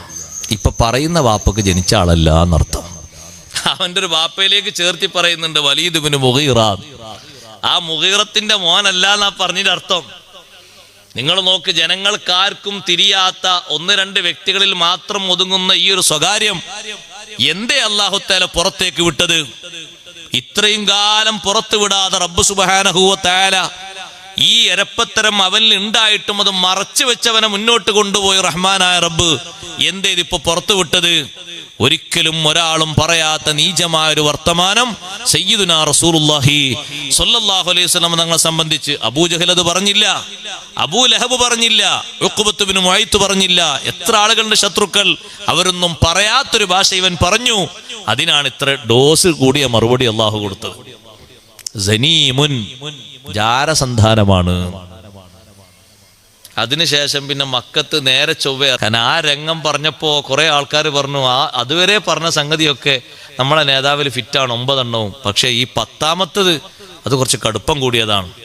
അപ്പൊ വലീദ് ഒരു കത്തി എടുത്തിട്ട് സ്വന്തം ഉമ്മാന്റെ അടുത്ത് ചെന്നു എന്നാ ഖുർആൻ പണ്ഡിതന്മാർ ഉദ്ധരിക്കുന്നുണ്ട്. ഒരു കത്തി എടുത്തിട്ട് ഉമ്മാന്റെ അടുത്ത് ചെന്നിട്ട് പറഞ്ഞു, ഉമ്മ, എന്നെ സംബന്ധിച്ച് മുഹമ്മദ് സല്ലല്ലാഹു അലൈഹി വസല്ലം 10 വിഷയങ്ങൾ ഓതി പറയുന്നുണ്ട്. ആ 10 കാര്യങ്ങളും കേട്ടിട്ട് എനിക്ക് സഹിക്കാൻ പറ്റുന്നില്ല, അവനെ കൊല്ലണം എന്നാണ് എനിക്ക് തോന്നുന്നത്. ഞാൻ അതിനായി കത്തിയെടുത്ത് വന്നത് നിങ്ങളൊരു സമ്മതം ചോദിക്കാനാണ്. അപ്പൊ ഉമ്മ പറഞ്ഞു, മോനെ 10 ഒന്ന് ഓതിക്കൊണ്ട, നീ പറഞ്ഞ് ഞാൻ നോക്കട്ടെ ഏതാ 10. അപ്പൊ 10 ഇങ്ങനെ പറഞ്ഞു കൊടുത്തു, നേരത്തെ പറഞ്ഞ രൂപത്തിൽ തന്നെ ഇങ്ങനെ പറഞ്ഞു കൊടുത്തു. ഇങ്ങനെയൊക്കെ പറയുന്നുണ്ട്. ഈ 10 നിനക്ക് എതിർപ്പുള്ളത് ഏതാന്ന് ചോദിച്ചു. അവസാനം പറഞ്ഞതില്ലേ ബഅദ ദാലിക സനീം, ഇതിനൊക്കെ പുറമെ 10ാമതായി പറഞ്ഞ ഒരു വിഷയല്ലേ ജാരസന്തതിയാണ്. ഉമ്മ, ഞാൻ ഇക്കാണുന്ന ജനങ്ങളൊക്കെ പേര് വിളിക്കുന്ന മുഗീറത്തിന് ജനിച്ച ആളല്ല എന്നാ പറയുന്നത്, അത് സമ്മതിച്ചു കൊടുക്കാൻ പറ്റൂല. അപ്പൊ ഉമ്മ ചോദിച്ചു, മോനെ ബാക്കി 9 എണ്ണം ഒപ്പിക്ക, ഞാൻ അങ്ങനെ തന്നെയാണ് ഏകദേശം. അവൻ തന്നെ പറഞ്ഞു ഞാൻ അങ്ങനെ തന്നെയാണ്, പക്ഷെ 10ാമത്തത് കുറച്ച് ഗൗരവമുള്ളതാണ്. അപ്പൊ ഉമ്മ പറഞ്ഞു, 10ാമത്തതും ശരിയാണെങ്കിലോ നിനക്ക് എന്തെങ്കിലും ചെയ്യാൻ പറ്റുമെന്ന് ചോദിച്ചു. അപ്പൊ വലീദ് നേരെ കത്തി ഉമ്മാന്റെ നേർക്ക് ചൂണ്ടിയിട്ട് പറഞ്ഞു, നേര് പറയണം, അല്ലെങ്കിൽ ഇപ്പൊ കൊല്ലുങ്ങളെന്ന് പറഞ്ഞു. നിങ്ങളാണ് എന്റെ ഉമ്മയെങ്കിൽ നേര് പറയണം. ജനങ്ങൾ വിളിക്കുന്ന മുഗീറത്തിന് ജനിച്ച ആളല്ലേ ഞാൻ, ഈ കത്തി കൊണ്ട് ഇപ്പൊ ശരിപ്പെടുത്തും, പറയണം നിങ്ങൾ എന്ന് പറഞ്ഞു. ഊക്ക് കൂട്ടിയപ്പോ ഉമ്മ പറഞ്ഞു, മോനെ ഒന്ന് സ്ട്രോങ് കുറക്ക്, നീ ഒന്ന് തണുക്ക്, വിഷയം ഞാൻ പറയാന്ന് പറഞ്ഞു. അങ്ങനെ ഇവൻ കുറച്ച് തണുത്തപ്പോ ഉമ്മ പറഞ്ഞു, ഞാൻ അങ്ങനെ ജീവിച്ചെങ്കിലും എന്റെ വികാരത്തിന് ശമനം കിട്ടിയില്ല. ഞാൻ അങ്ങനെ ജീവിക്കുന്നു എന്നല്ലാതെ ഒരു കാര്യം കിട്ടണ്ടേ. ഒരു കുട്ടികളും എനിക്കുണ്ടായില്ല എന്ന് മാത്രമല്ല, എന്റെ വിചാരങ്ങളൊന്ന് ദഹിക്കാൻ പോലും, ഒന്ന് ശമിപ്പിക്കാൻ പോലും നിന്റെ വാപ്പക്ക് കഴിഞ്ഞില്ല. ഞാൻ പിന്നെ സഹിച്ച് സ്വത്തൊക്കെ ഉണ്ടല്ലോ എന്ന് കരുതി ഇങ്ങനെ കൂടാന്ന് കരുതി അങ്ങനെ മുന്നോട്ട് പോയിക്കൊണ്ടിരിക്കുമ്പോഴാണ് ഒരു ദിനം നിന്റെ ബാപ്പയുടെ സഹോദരന്റെ മക്കൾ, നിന്റെ ബാപ്പക്ക് മക്കളില്ലെങ്കിലും സഹോദരന്മാർക്ക് മക്കളുണ്ട്, ബാപ്പയുടെ ജ്യേഷ്ഠന്റെയും അനുജന്റെയും ഒക്കെ മക്കൾ ഒരു സ്ഥലത്തിരുന്ന് സംസാരിക്കുന്നുണ്ട്. നമ്മുടെ ഉപ്പാന്റെ സഹോദരനായ മുഗീറത്തിന് ആണും പെണ്ണുമായിട്ട് ആരുമില്ലല്ലോ, അയാൾ അങ്ങോട്ട് മരിച്ചാൽ ആ സ്വത്ത് മുഴുവനും നമ്മളെ കയ്യിലേക്ക് വരാനുള്ളതാണ് എന്നവർ സംസാരിക്കുന്നത് കണ്ടപ്പോ, എന്റെ ഭർത്താവിന്റെ സ്വത്തും കണ്ടിരിക്കാണ് ഇവരില്ലേ, അതിനൊരു സന്താനമല്ലാത്തതാണ് പ്രശ്നല്ലേ. അപ്പൊ ഒരു സന്താനത്തെ ജനിപ്പിച്ച് കാണിച്ചു കൊടുക്കണം എന്ന വെല്ലുവിളി സ്വീകരിച്ച്, മോനെ നിനക്കറിയാമോ, ചെറുപ്പകാലത്ത് നിന്നെ ഏറ്റിക്കൊണ്ട് നടന്നിരുന്നൊരു മനുഷ്യൻ, നിന്നെ താലോലിച്ചിരുന്ന, നിന്നെ വളർത്തിയിരുന്ന, സ്നേഹത്തോടെ ലാളിച്ചിരുന്ന ഒരാളെ അറിയുമോ? ഈ വീട്ടിൽ വേലക്കാരനായിട്ട് ഇവിടുത്തെ ആടുകളെയും ഒട്ടകങ്ങളെയും ഒക്കെ മേയിച്ചുകൊണ്ട് നടന്നിരുന്നൊരു വേലക്കാരൻ, അവനുമായി ഞാൻ സമയം നോക്കിയിട്ട് ബന്ധം പുലർത്തി. ആ ബന്ധത്തിൽ ജനിച്ച മോനാണ് നീ. ഈ വിഷയം ഉമ്മ തുറന്നു പറഞ്ഞപ്പോ വലീദിന്റെ കയ്യിൽ നിന്ന് കത്തിത്തായ വീണു. ഇനി ആരെ ആക്രമിക്കാനാണ്, ആരെ കൊല്ലാനാണ്? ഹബീബ് മുഹമ്മദുർ റസൂലുള്ളാഹി സ്വല്ലല്ലാഹു അലൈഹി വസല്ലമ തങ്ങളെ മാലോകര മുന്നിൽ ഇതുവരെ ആരും പറയാത്തൊരു വിഷയം പറഞ്ഞ് ആരോപിച്ചപ്പോ റബ്ബ് സുബ്ഹാനഹു വ തആല നൽകിയ മറുപടിയാണത്. ഉതുല്ലിം ബഅദ ദാലിക സനീം. ഇതിനൊക്കെ പുറമേ അവൻ ജാരസന്താനമാണ്. അത് ശരിയാണെന്നല്ലേ ലാസ്റ്റ് ഉമ്മയും പറഞ്ഞത്. പിന്നെ വലീദിനെന്തു പറയാനാണ്? പിന്നെ ജനങ്ങളൊന്നും കാണാത്ത നേരം നോക്കിയിട്ട് പുറത്തിറങ്ങാനാണ് പതിവ്. കാരണം ആരെങ്കിലും കാണുന്നവർ സ്വകാര്യമായി അങ്ങോട്ടും ഇങ്ങോട്ടും പറയും, ബാപ്പല്ലാത്തവനാണ് ആ പോകുന്നത്. യഥാർത്ഥത്തിൽ ബാപ്പയാൾക്കില്ല, ബാപ്പല്ലാത്ത ആളാണ് ആ പോകുന്നത്. അത് നാട്ടിലൊരു പ്രമാണിയായ വലീദിന് കേൾക്കാൻ സുഖമുണ്ടാകുമോ? നേതൃസ്ഥാനത്ത് നിൽക്കുന്ന ഒരാൾക്കത് കേൾക്കാൻ സുഖമുണ്ടാകുമോ? മുത്തുനബി തങ്ങളെ എതിർത്ത ഒറ്റാളെയും അള്ളാഹു വിട്ടിട്ടില്ല. ചിലര് പറഞ്ഞില്ലേ അള്ളാഹുവിന്റെ റസൂലിനെ പറ്റി മുർസലല്ലാന്ന് പറഞ്ഞപ്പോ അള്ളാഹു മറുപടി പറഞ്ഞില്ലേ? ഇവിടെ വന്നത്തെ ഒന്നാമത്തെ ദിവസം നിങ്ങളെ നാട്ടിൽ ആദ്യം എത്തിയപ്പോ ഞാൻ ആ വിഷയം പറഞ്ഞിട്ടുണ്ട്. സത്യം ചെയ്ത അള്ളാഹു പറഞ്ഞു, യാസീൻ വൽ ഖുർആനിൽ ഹകീം ഇന്നക ലമിനൽ മുർസലീൻ വൽ ഖുർആനിൽ ഹകീം. ഭദ്രമായ ഖുർആൻ തന്നെയാണ് സത്യം നബിയെ. ആര് എവിടെന്ന് എങ്ങനെ എതിർത്താലും ഇന്നക ലമിനൽ മുർസലീൻ, അങ്ങ് മുർസലീങ്ങളിൽപ്പെട്ട ആള് തന്നെയാണ്, ഒരു സംശയത്തിനും വകുപ്പില്ല. ഹബീബ് സല്ലല്ലാഹു അലൈഹി വസല്ലമ തങ്ങളെ ആര് എങ്ങനെ എതിർത്തിട്ടുണ്ടോ അതിനൊക്കെ അല്ലാഹു മറുപടി കൊടുത്തു. ചിലര് മുത്ത് നബി തങ്ങളെ പറ്റി പറഞ്ഞു, അവിടുന്ന് കവിയാണ് എന്ന് പറഞ്ഞു. കവിയാണ് എന്ന് പറഞ്ഞപ്പോ അല്ലാഹു മറുപടി കൊടുത്തു. അതും സൂറത്ത് യാസീനിൽ കാണാം. വമാ അല്ലംനാഹു ശിഅറ വമാ യംബഗി ലഹു ഇൻ ഹുവ ഇല്ലാ ദിക്റും വഖുർആനും മുബീൻ. അവിടത്തേക്ക് നമ്മൾ കവിത പഠിപ്പിച്ചിട്ടില്ല, പാട്ട് പഠിപ്പിച്ചിട്ടില്ല. ഓതി തരുന്നതൊന്നും പാട്ടല്ല, കവിതയല്ല. ഇൻ ഹുവ ഇല്ലാ ദിക്റും വഖുർആനും മുബീൻ. ചില ആളുകൾ പറഞ്ഞു, ഈ നബി സല്ലല്ലാഹു അലൈഹി വസല്ലം തങ്ങള് നല്ല സ്റ്റാറ്റസിൽ നടക്കേണ്ട ആളല്ലേ, എന്താ അങ്ങനെ അങ്ങാടി കൂടെ സാധനങ്ങൾ വാങ്ങാൻ വരുന്നത്? ജനങ്ങൾക്കിടയിൽ വന്നിട്ട് ജനങ്ങളോടൊപ്പം ഭക്ഷണം കഴിക്കുന്നത് എന്താണ് എന്ന് വരെ ചില ആളുകൾ പറഞ്ഞപ്പോ അള്ളാഹു മറുപടി കൊടുത്തത് കണ്ടില്ലേ? വമാ അർസൽനാ ഖബ്ലക മിനൽ മുർസലീന ഇല്ലാ ഇന്നഹും ലയകുലൂന അത്അമ വയംശൂന ഫിൽ അസ്വാഖ്. തങ്ങളെ മുമ്പ് നമ്മൾ എത്ര മുർസലീങ്ങളെ ലോകത്ത് അയച്ചിട്ടുണ്ട്. ആ മുർസലീങ്ങൾ 300-ലധികം ആളുകൾ വന്നിട്ടില്ലേ? അവരൊക്കെ ഭക്ഷണം കഴിക്കുന്നവരായിരുന്നു. ജനങ്ങളോടൊപ്പം നിന്നുകൊണ്ട് സംഗമിച്ചുകൊണ്ട് ഭക്ഷണം കഴിച്ചിരുന്നു. ആവശ്യത്തിന് അങ്ങാടികളിലേക്ക് വന്നവരായിരുന്നു. അവരെ പാരമ്പര്യം സ്വീകരിച്ച് തന്നെയാണ് തങ്ങളും നടക്കുന്നത്. നബിയെ അറിയാത്തവര് പലതും പറയും, അതുകൊണ്ട് തങ്ങൾ വിഷമിക്കേണ്ടതില്ല. കൂട്ടത്തിൽ ഒരു കാര്യം നമ്മൾ മനസ്സിലാക്കണം, മറ്റു നബിമാരെ പോലെയല്ല. മറ്റു നബിമാരെ എതിർത്ത എതിരാളികളോട് നബിമാരായിരുന്നു മറുപടി പറഞ്ഞിരുന്നത്. അതേ സമയത്ത് മുഹമ്മദുർ റസൂലുള്ളാഹി സ്വല്ലല്ലാഹു അലൈഹി വസല്ലമ തങ്ങളെ ആര് എവിടെന്ന് എപ്പ എങ്ങനെ എതിർത്താലും മറുപടി കൊടുക്കുന്നവൻ അല്ലാഹുവാൻ. അതുകൊണ്ടല്ലേ ഇതൊക്കെ വിശദീകരിച്ച് റാസി ഇമാം തങ്ങൾ അവസാനം പറയുന്നത്, ഫമാ അജല്ലു ഹാദിഹിൽ കറാമ. എന്തൊരു ബഹുമാനമാണ് അല്ലാഹു ഈ നൽകിയത്. ഇതുപോലെ ഒരു ബഹുമാനവും മുമ്പൊരു നബിക്കും അല്ലാഹു നൽകിയിട്ടില്ല. സഹോദരിമാരെ ഭാഗത്തേക്ക് കവർ കൊടുത്തു വിടുന്നുണ്ട്. അത് കവർ കത്തെഴുതിയിട്ട് പോസ്റ്റ് ചെയ്യാനുള്ളതല്ല. നാളെ വരുമ്പോൾ നാളെ സമാപനത്തിൽ ബഹുമാനപ്പെട്ട നമ്മുടെ ഖുറാ തങ്ങളുടെ മകൻ വന്ന് ദുആ ചെയ്യുന്ന നമ്മുടെ ദുഫ്രാത്തീബിൻ്റെ വാർഷികം നടക്കുന്ന സമാപന ദിവസമാണ്. നല്ല സംഭാവന കവറിലിട്ട് മുറാദുകളൊക്കെ എഴുതി കൊടുത്തയക്കണം. അല്ലാഹു തആല എല്ലാവരും ചെയ്യുന്ന എല്ലാവിധ ഹദിയകളും അല്ലാഹു കബൂൽ ചെയ്യുമാറാകട്ടെ. നമ്മളെ തങ്ങളാപ്പ തേങ്ങ കൊണ്ടുവരാൻ പറഞ്ഞു. തേങ്ങ ആയോ തങ്ങളാപ്പേ? ഏകദേശായോ? തേങ്ങൊക്കെ ഇവിടെ എത്തിയിട്ടുണ്ട്. അള്ളാഹു തേങ്ങ കൊണ്ടുവന്നവർക്കൊക്കെ അള്ളാഹു ബർക്കത്ത് കൊടുക്കട്ടെ. നല്ല തേങ്ങ അള്ളാഹു തെങ്ങിൽ കൂടുതലായി അള്ളാഹു തആല കായ്ക്കനികൾ ഏറ്റി കൊടുക്കട്ടെ. തേങ്ങക്ക് കായ്ക്കനികൾ ഏറ്റി കൊടുക്കട്ടെ വരുമ്പോൾ നല്ലോണം ആമീൻ പറഞ്ഞോളൂ. ഇപ്പോൾ തേങ്ങക്ക് വില കൂടുതലാണ്.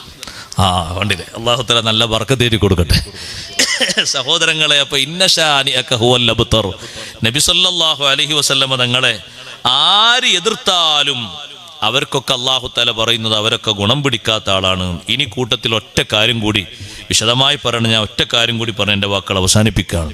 ഇവിടെ ഈ പ്രകോപിപ്പിക്കുന്ന ആള്, വിരോധം വെക്കുന്ന ആള് എന്ന് പറഞ്ഞത് അന്നത്തെ കാലത്തേക്കുള്ള ആളുകൾക്ക് മാത്രമാണോ? അല്ല. നമ്മൾ കൂടി ശ്രദ്ധിക്കാൻ വേണ്ടി ഞാൻ ഒരു കാര്യം പറയുന്നത്, എല്ലാവർക്കും ഇത് ബാധകമാണ്. ഹാഫിദ് ഇബ്നു കസീർ പറഞ്ഞു, വഹാദാ യഉമ്മു ജമീഅ മൻ ഇത്തസഫ ബിദാലിക മിമ്മൻ ദുക്കിറ വഗൈരിഹിം. ഈ പറയപ്പെട്ട വിശേഷണങ്ങൾ അന്നത്തെ കാലത്തുള്ളവരും ഖിയാമത്ത് നാൾ വരെ എതിർപ്പിന്റെ സ്വഭാവത്തിൽ ആരെല്ലാം വരുന്നോ അവർക്കൊക്കെ ഇത് ബാധകമാണ്. നബി സല്ലല്ലാഹു അലൈഹി വസല്ലം തങ്ങളെ വേദനിപ്പിക്കുന്ന ഒരു കാര്യം മുഅ്മിനായ മുസ്ലിമായ ഒരു മനുഷ്യന്റെ ഭാഗത്ത് നിന്ന് ഉണ്ടാകരുത്. ഇത് ഒന്നുകൂടി വിശദമായിട്ട് പണ്ഡിതന്മാർ ഓർമ്മപ്പെടുത്തിയില്ലേ? ഷാനി എന്ന് പറഞ്ഞാൽ അള്ളാഹുവിന്റെ റസൂലിനെ വെറുപ്പിക്കുന്ന ആള്, നബിതങ്ങളോട് എതിർപ്പ് വെക്കുന്ന ആള്, നബിതങ്ങളോട് വിരോധം വെക്കുന്ന ആള്. അത് സഹോദരങ്ങളെ ഈ പറഞ്ഞുപോയ ആളുകളെ പറ്റി മാത്രമല്ല, പിന്നെയോ അള്ളാഹുവിന്റെ റസൂല് സ്വല്ലല്ലാഹു അലൈഹി വസല്ലമ തങ്ങൾ കൊണ്ടുവന്ന ദീനിൽപ്പെട്ട ഏതെല്ലാം കാര്യങ്ങളോട് എതിർപ്പ് വെക്കുന്ന ആളുണ്ടോ അവരൊക്കെ ഈ പറഞ്ഞതിൽപ്പെട്ടതാണ്. ഇമാം ആലൂസിയുടെ തഫ്സീർ ഞാനൊന്ന് വായിക്കട്ടെ. വഹാദാ ജസാഉ കുല്ലി മൻ ശനഅ മാ ജാഅ ബിഹി റസൂലു സ്വല്ലല്ലാഹു അലൈഹി വസല്ലം. നബി തങ്ങൾ കൊണ്ടുവന്ന ഒരു കാര്യം, അത് ഫർളാകട്ടെ സുന്നത്താകട്ടെ, സ്വന്തം ഇച്ഛ കൊണ്ട് തങ്ങൾ നടപ്പിലാക്കൂലല്ലോ. അള്ളാഹുവിന്റെ നിർദ്ദേശപ്രകാരമല്ലേ നടപ്പിലാക്കുന്നത്. അത് ഫർളാണെങ്കിലും സുന്നത്താണെങ്കിലും അതിനോട് എന്തേ എതിർക്കാൻ കാരണം? ലി അജലി ഹവാഹു, സ്വന്തം ഇച്ഛക്ക് അനുസരിച്ചു കൊണ്ട് എതിർത്തു. ആരെപ്പോലെ? കമൻ തഅവ്വല ആയാതി സിഫാത്തി ഔ അഹാദീസഹാ അലാ ഗൈരി മുറാദില്ലാഹി തആല വ മുറാദി റസൂലിഹി സ്വല്ലല്ലാഹു അലൈഹി വസല്ലം. അല്ലാഹുവും റസൂലും ഉദ്ദേശിച്ചതിന് വിപരീതമായി ഖുർആനിലെ ചില ആയത്തുകളെയും ഹദീസുകളെയും ദുർവ്യാഖ്യാനം ചെയ്തവരെ പോലെ. യദുല്ലാഹി എന്നതിന് മഹാന്മാര് പഠിപ്പിച്ച അർത്ഥം ഖുദ്റത്തുല്ലാഹി എന്നല്ലേ. എന്നാ സഹോദരങ്ങളെ, മുസ്ലിം പേര് വെച്ചിരിക്കുന്ന ആളുകൾ തന്നെ യദുല്ലാഹി എന്നതിന് അള്ളാഹുവിന്റെ കൈ എന്ന് എഴുതി പിടിപ്പിച്ചിട്ടുണ്ട്. മലയാളത്തിൽ അങ്ങനെ എഴുതിയ പരിഭാഷകൾ എത്രയോ അച്ചടിച്ച് വിതരണം ചെയ്തിട്ടുണ്ട്. ഒരൊറ്റ ആളോടും ഞാൻ പറയട്ടെ, പരിഭാഷ നോക്കിയിട്ട് വിശുദ്ധ ഖുർആനിന്റെ അർത്ഥങ്ങൾ മനസ്സിലാക്കരുത്. ഖുർആൻ വ്യാഖ്യാനങ്ങൾ എഴുതിയ പണ്ഡിതന്മാരുടെ വ്യാഖ്യാനങ്ങളുണ്ടോ, അത് നിങ്ങൾ വാങ്ങി വായിച്ചോളൂ, കുഴപ്പമില്ല. അതേ സമയത്ത് ഏറ്റവും കൂടുതൽ പരിഭാഷകൾ ഇറക്കിയിരിക്കുന്നത് ബിദ്അത്തുകാരാണ്. അവരെഴുതിയ പരിഭാഷകളിൽ ഒരിക്കലും ചേരാത്ത അർത്ഥതലങ്ങളുണ്ട്. യദുല്ലാഹി എന്നതിന് അള്ളാഹുവിന്റെ കൈ എന്ന് എഴുതിയിട്ടുണ്ട്. ഇബ്ഖാ വജ്ഹു റബ്ബിക, റബ്ബിന്റെ മുഖം ശേഷിക്കുമെന്ന് എഴുതിയിട്ടുണ്ട്. വസ്സമാവാതു മത്വിയാത്തും ബിയമീനിഹി, ആകാശങ്ങളൊക്കെ അള്ളാഹുവിന്റെ വലത്തെ കയ്യിൽ ചുരുട്ടപ്പെട്ടിരിക്കുന്നു എന്ന് എഴുതി വെച്ചിട്ടുണ്ട്. അള്ളാഹുവിന് മുഖവും അള്ളാഹുവിന് കയ്യും അള്ളാഹുവിന് ഇരിപ്പിടവും ഇങ്ങനൊക്കെ എഴുതി വെച്ചിരിക്കുന്ന ദുർവ്യാഖ്യാനങ്ങളില്ലേ, ഇവരൊക്കെ മുത്തുനബിതങ്ങളെ സങ്കടപ്പെടുത്തിയവരാണ്, നബിതങ്ങളോട് എതിർപ്പ് വെച്ചവരാണ്. പോരാ, വമിൻ അഖ്വൽ അലാമാതി അലാ ശൻആനിഹി, അതേ നബിതങ്ങളോട് വിരോധമുണ്ട് എന്നതിൻ്റെ ഏറ്റവും സുശക്തമായ തെളിവെന്താണെന്നറിയോ? നിഫ്റത്തുഹു അൻഹാ ഇദാ സമിഅഹാ, അതേ ആയത്തുകളും ഹദീസുകളും കേൾക്കുമ്പോ, നബി സല്ലല്ലാഹു അലൈഹി വസല്ലം തങ്ങളെ ബഹുമാനം അറിയിക്കുന്നത് കേൾക്കുമ്പോ അതിനോടൊരു വിരോധം, അതിനോടൊരു വെറുപ്പ്, ഒരു സ്വഭാവം ഉള്ള ആളും ഇതുപോലെ തന്നെ നബിതങ്ങളോട് വിരോധമുള്ള ആളാണ്. വകദാലിക അഹ്ലുസ് സമായി അല്ലദീന യർഖുസൂന അലാ സമാഇൽ ഗനാഇ വദ്ദുഫൂഫി വശബാബാത്ത്. ചില ആളുകളുണ്ട്, അവർക്ക് സംഗീതം കേൾക്കാനും ദഫ് കേൾക്കാനും അതുപോലെ തന്നെ യുവതികളായ പെണ്ണുങ്ങളുടെ പാട്ട് കേൾക്കാനൊക്കെ ഓൽക്ക് വലിയ ആരവാണ്. തഫ്സീറാണ് ഞാൻ ഈ വായിക്കുന്നത്, എന്റെ വക എഴുതി കൊണ്ടുവന്നല്ല, ഇമാം ആലൂസിയുടെ തഫ്സീറാണ്, ഈ ആയത്തിന്റെ ഭാഗമായി വന്ന തഫ്സീറാണ്. ദഫ് കേൾക്കാനും സംഗീതം കേൾക്കാനും ചെറുപ്പക്കാരികളായ പെണ്ണുങ്ങളെ നൃത്തം കാണാനും കേൾക്കാനൊക്കെ വലിയ താല്പര്യമാണ്.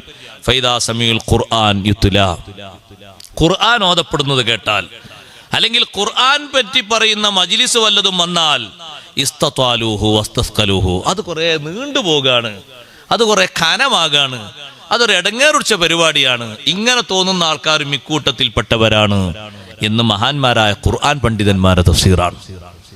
നിങ്ങൾ ചില ആൾക്കാർക്ക് അതുപോലെ ഓരോ മോഡിഫിക്കേഷനാണ്, ലേറ്റസ്റ്റ് ആയിട്ട് അങ്ങനത്തോടത്തൊക്കെ അവർ എത്ര ടിക്കറ്റ് കൊടുത്തവരുണ്ട്, എത്ര നേരം ഇരിക്കാനും അവരുണ്ട്, ഒരു പ്രശ്നവുമില്ല. തുടങ്ങുന്ന രാത്രി 12 മണി മുതൽ സുബൈക്ക് 4 മണി വരെ ആണെങ്കിലും ഉറക്കൊഴിച്ച് കണ്ണിൽ വേണമെങ്കിലും സ്പ്രേയും കൂടി അടിച്ചിട്ട് ഇരിക്കാൻ അവർ റെഡിയാണ്. അതേ സമയത്ത് ഖുർആൻ ഓതി പറയുന്നിടത്ത്, വഅദ് പറയുന്നിടത്ത്, മൗലിദ് നടത്തുന്നിടത്ത്, റാത്തീബ് നടത്തുന്നിടത്ത്, ദിക്ർ ചൊല്ലുന്നിടത്ത്, സ്വലാത്ത് ചൊല്ലുന്നിടത്ത് അതൊക്കെ അവർക്ക് ഖനമാണ്, അത് നീണ്ടു പോകാണ്, സമയം കുറെ പോകാണ്. കണ്ടില്ലേ നിങ്ങൾ പറഞ്ഞത് ഇസ്തതാലൂഹു വസ്തസ്കലൂഹു, അവർക്ക് നീണ്ട സദസ്സായി മാറുകയാണ്, വലിയ ഭാരമുള്ള സദസ്സായി മാറുകയാണ്. വകദാലിക മൻ ആസറ കലാമന്നാസി വഉലൂമഹും, മനുഷ്യന്മാര് പറയുന്ന ചില വർത്തമാനങ്ങളെയും ചില വിവരങ്ങളെയും മുന്തിക്കുന്നവർ, അലൽ ഖുർആനി വസുന്നതി ഇലാ ഗൈരി ദാലിക്, ഖുർആനിനും സുന്നത്തിനേക്കാളും ഖുർആനും സുന്നത്തും പറയുന്നതിനേക്കാളും അതേ മറ്റു ചില ആളുകളുടെ വാക്യങ്ങൾക്കും മറ്റും താല്പര്യം നൽകിയിട്ട് അതിന് മുൻഗണന കൊടുക്കുന്നവർ, ഇതുപോലെ തന്നെ ഹബീബ് റസൂലുള്ളാഹി സ്വല്ലല്ലാഹു അലൈഹി വസല്ലം തങ്ങൾ പഠിപ്പിച്ച സുന്നത്തിനെതിരെ സ്വന്തം ഇച്ഛക്കനുസരിച്ച് കാര്യങ്ങൾ നിർമ്മിക്കുന്നവർ. എൻ്റെ ഉമ്മമാരോട് ഉപ്പമാരോട് ഞാൻ പറയട്ടെ, നാട്ടിൽ പല ഭാഗത്തും പച്ച പിടിച്ചു വരുന്നൊരു മുസീബത്തുണ്ട്, ശ്രദ്ധിക്കാൻ വേണ്ടി ഞാൻ പറയുകയാണ്. നിങ്ങളെ വീട്ടിലോ നിങ്ങളെ കുടുംബങ്ങളിലോ എവിടെയെങ്കിലും സദ്യകളും സൽക്കാരങ്ങളും എൻഗേജ്മെന്റുകളൊക്കെ നടക്കുമ്പോ ഒരൊറ്റ കാര്യം പോലും മുത്തുനബി തങ്ങൾ പഠിപ്പിച്ചതിന് എതിരുണ്ടാവരുതേ. ശ്രദ്ധിക്കാൻ വേണ്ടി പറയുകയാണ്. നിശ്ചയത്തിന് വന്ന ആണിന്, നിശ്ചയത്തിന് വന്ന ആളുകൾക്ക് മൊത്തവും കല്യാണ പെണ്ണിനെ കാണൽ ഹലാലല്ല. പെണ്ണ് കെട്ടാൻ പോകുന്ന ആൾക്ക് 2ാം തവണ കാണണമോ? 1ാം തവണ കാണാൻ പറ്റിയത് 2ാം തവണയും കാണാം, 3ാം തവണയും കാണാം, 4ാം തവണയും കാണാം. അവനും അവളും തനിച്ച് ഒരു റൂമിൽ മണിക്കൂറുകളോളം പങ്കിടാനായിട്ടില്ല, ചുറ്റിക്കറങ്ങാനായിട്ടില്ല, വരന്റെ വീട്ടിലേക്ക് പോകാനായിട്ടില്ല. നിക്കാഹ് കഴിഞ്ഞ് ഹലാലായെങ്കിലേ ഇതിനൊക്കെ പറ്റുകയുള്ളൂ.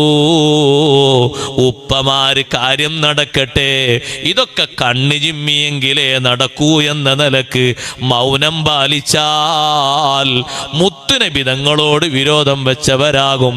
ഇന്ന ശാനിയക ഹുവൽ അബ്തറു, അല്ലാഹുവിന്റെ റസൂല് പഠിപ്പിച്ച സുന്നത്തിനെതിരെ നീങ്ങിയാൽ ജീവിതത്തിൽ ബറക്കത്ത് കാണൂല. അബ്തർ എന്നുള്ള പ്രയോഗം നിങ്ങൾ ഹദീസിൽ കേട്ടിട്ടില്ലേ? കുല്ലു അംരിൻ ദീബാലിൻ ലം യുബ്ദഅ ബിസ്മില്ലാഹി ഫഹുവ അബ്തറു.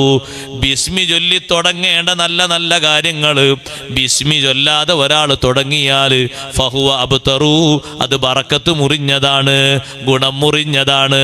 അവിടെയും ഉണ്ടല്ലോ അബ്തർ എന്നൊരു വാക്ക്, ഇതേപോലത്തൊരു വാക്കല്ലേ അല്ലാഹു ഇവിടെയും പറഞ്ഞിരിക്കുന്നത്. മുത്തുനബി തങ്ങൾ വിലക്കിയ ഒരൊറ്റ കാര്യവും നിങ്ങളെ സൽക്കാരത്തിലും സദ്യയിലും ഉണ്ടാകരുത്. നാട്ടിലതാ ചില സ്ഥലങ്ങളിലൊക്കെ ആണും പെണ്ണും ഒരുമിച്ചിരുന്ന് കശവിഷയായിട്ടിരുന്നിട്ട് യാതൊരു പ്രശ്നവുമില്ലാതെ ഭക്ഷണം കഴിക്കുന്നു. അത് വേണ്ട സഹോദരങ്ങളെ. നിയമത്തിന് നമ്മൾ എന്തിനാ എതിർക്കുന്നത്? ഇപ്പൊ നിങ്ങളെ നാട്ടിലെ പെണ്ണിനൊന്നും ഞാൻ കെട്ടിക്കൊണ്ടുപോയില്ല, എന്താ അവരെവിടെ കൊണ്ടുനിർത്തിയാൽ എന്താ കുഴപ്പം? എന്നെ കുഴപ്പമുണ്ടോ? ഈ വീഡിയോ ഒന്ന് മാറ്റിച്ചാ പോരെ? എന്തിനാ അവർക്ക് മാത്രം വേറെ ഒരു വാതിന്റെ സദസ്സിൽ മാത്രമേ ഉള്ളൂ? എന്തിനൊരു മറ വേറെ സ്ഥലത്തേക്ക് ആക്കിയവിടെ? എന്തേ ബുദ്ധിമുട്ടുണ്ടോ? കല്യാണത്തിന്, നിക്കാഹില്, സൽക്കാരത്തിന് സുബ്ഹാനല്ലാഹ് മൊത്തം ഹലാല്. നല്ലോണം ശ്രദ്ധിക്കണം.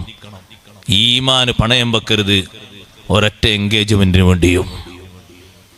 യഥാർത്ഥ മൂമിനായി മരിക്കണമെങ്കിൽ മുഹമ്മദുർ റസൂലുള്ളാഹി സ്വല്ലല്ലാഹു അലൈഹി വസല്ലം പഠിപ്പിച്ച ഒരൊറ്റ ഹറാമിനെയും ഹലാലായി നീ വിലയിരുത്തി പോകരുത്.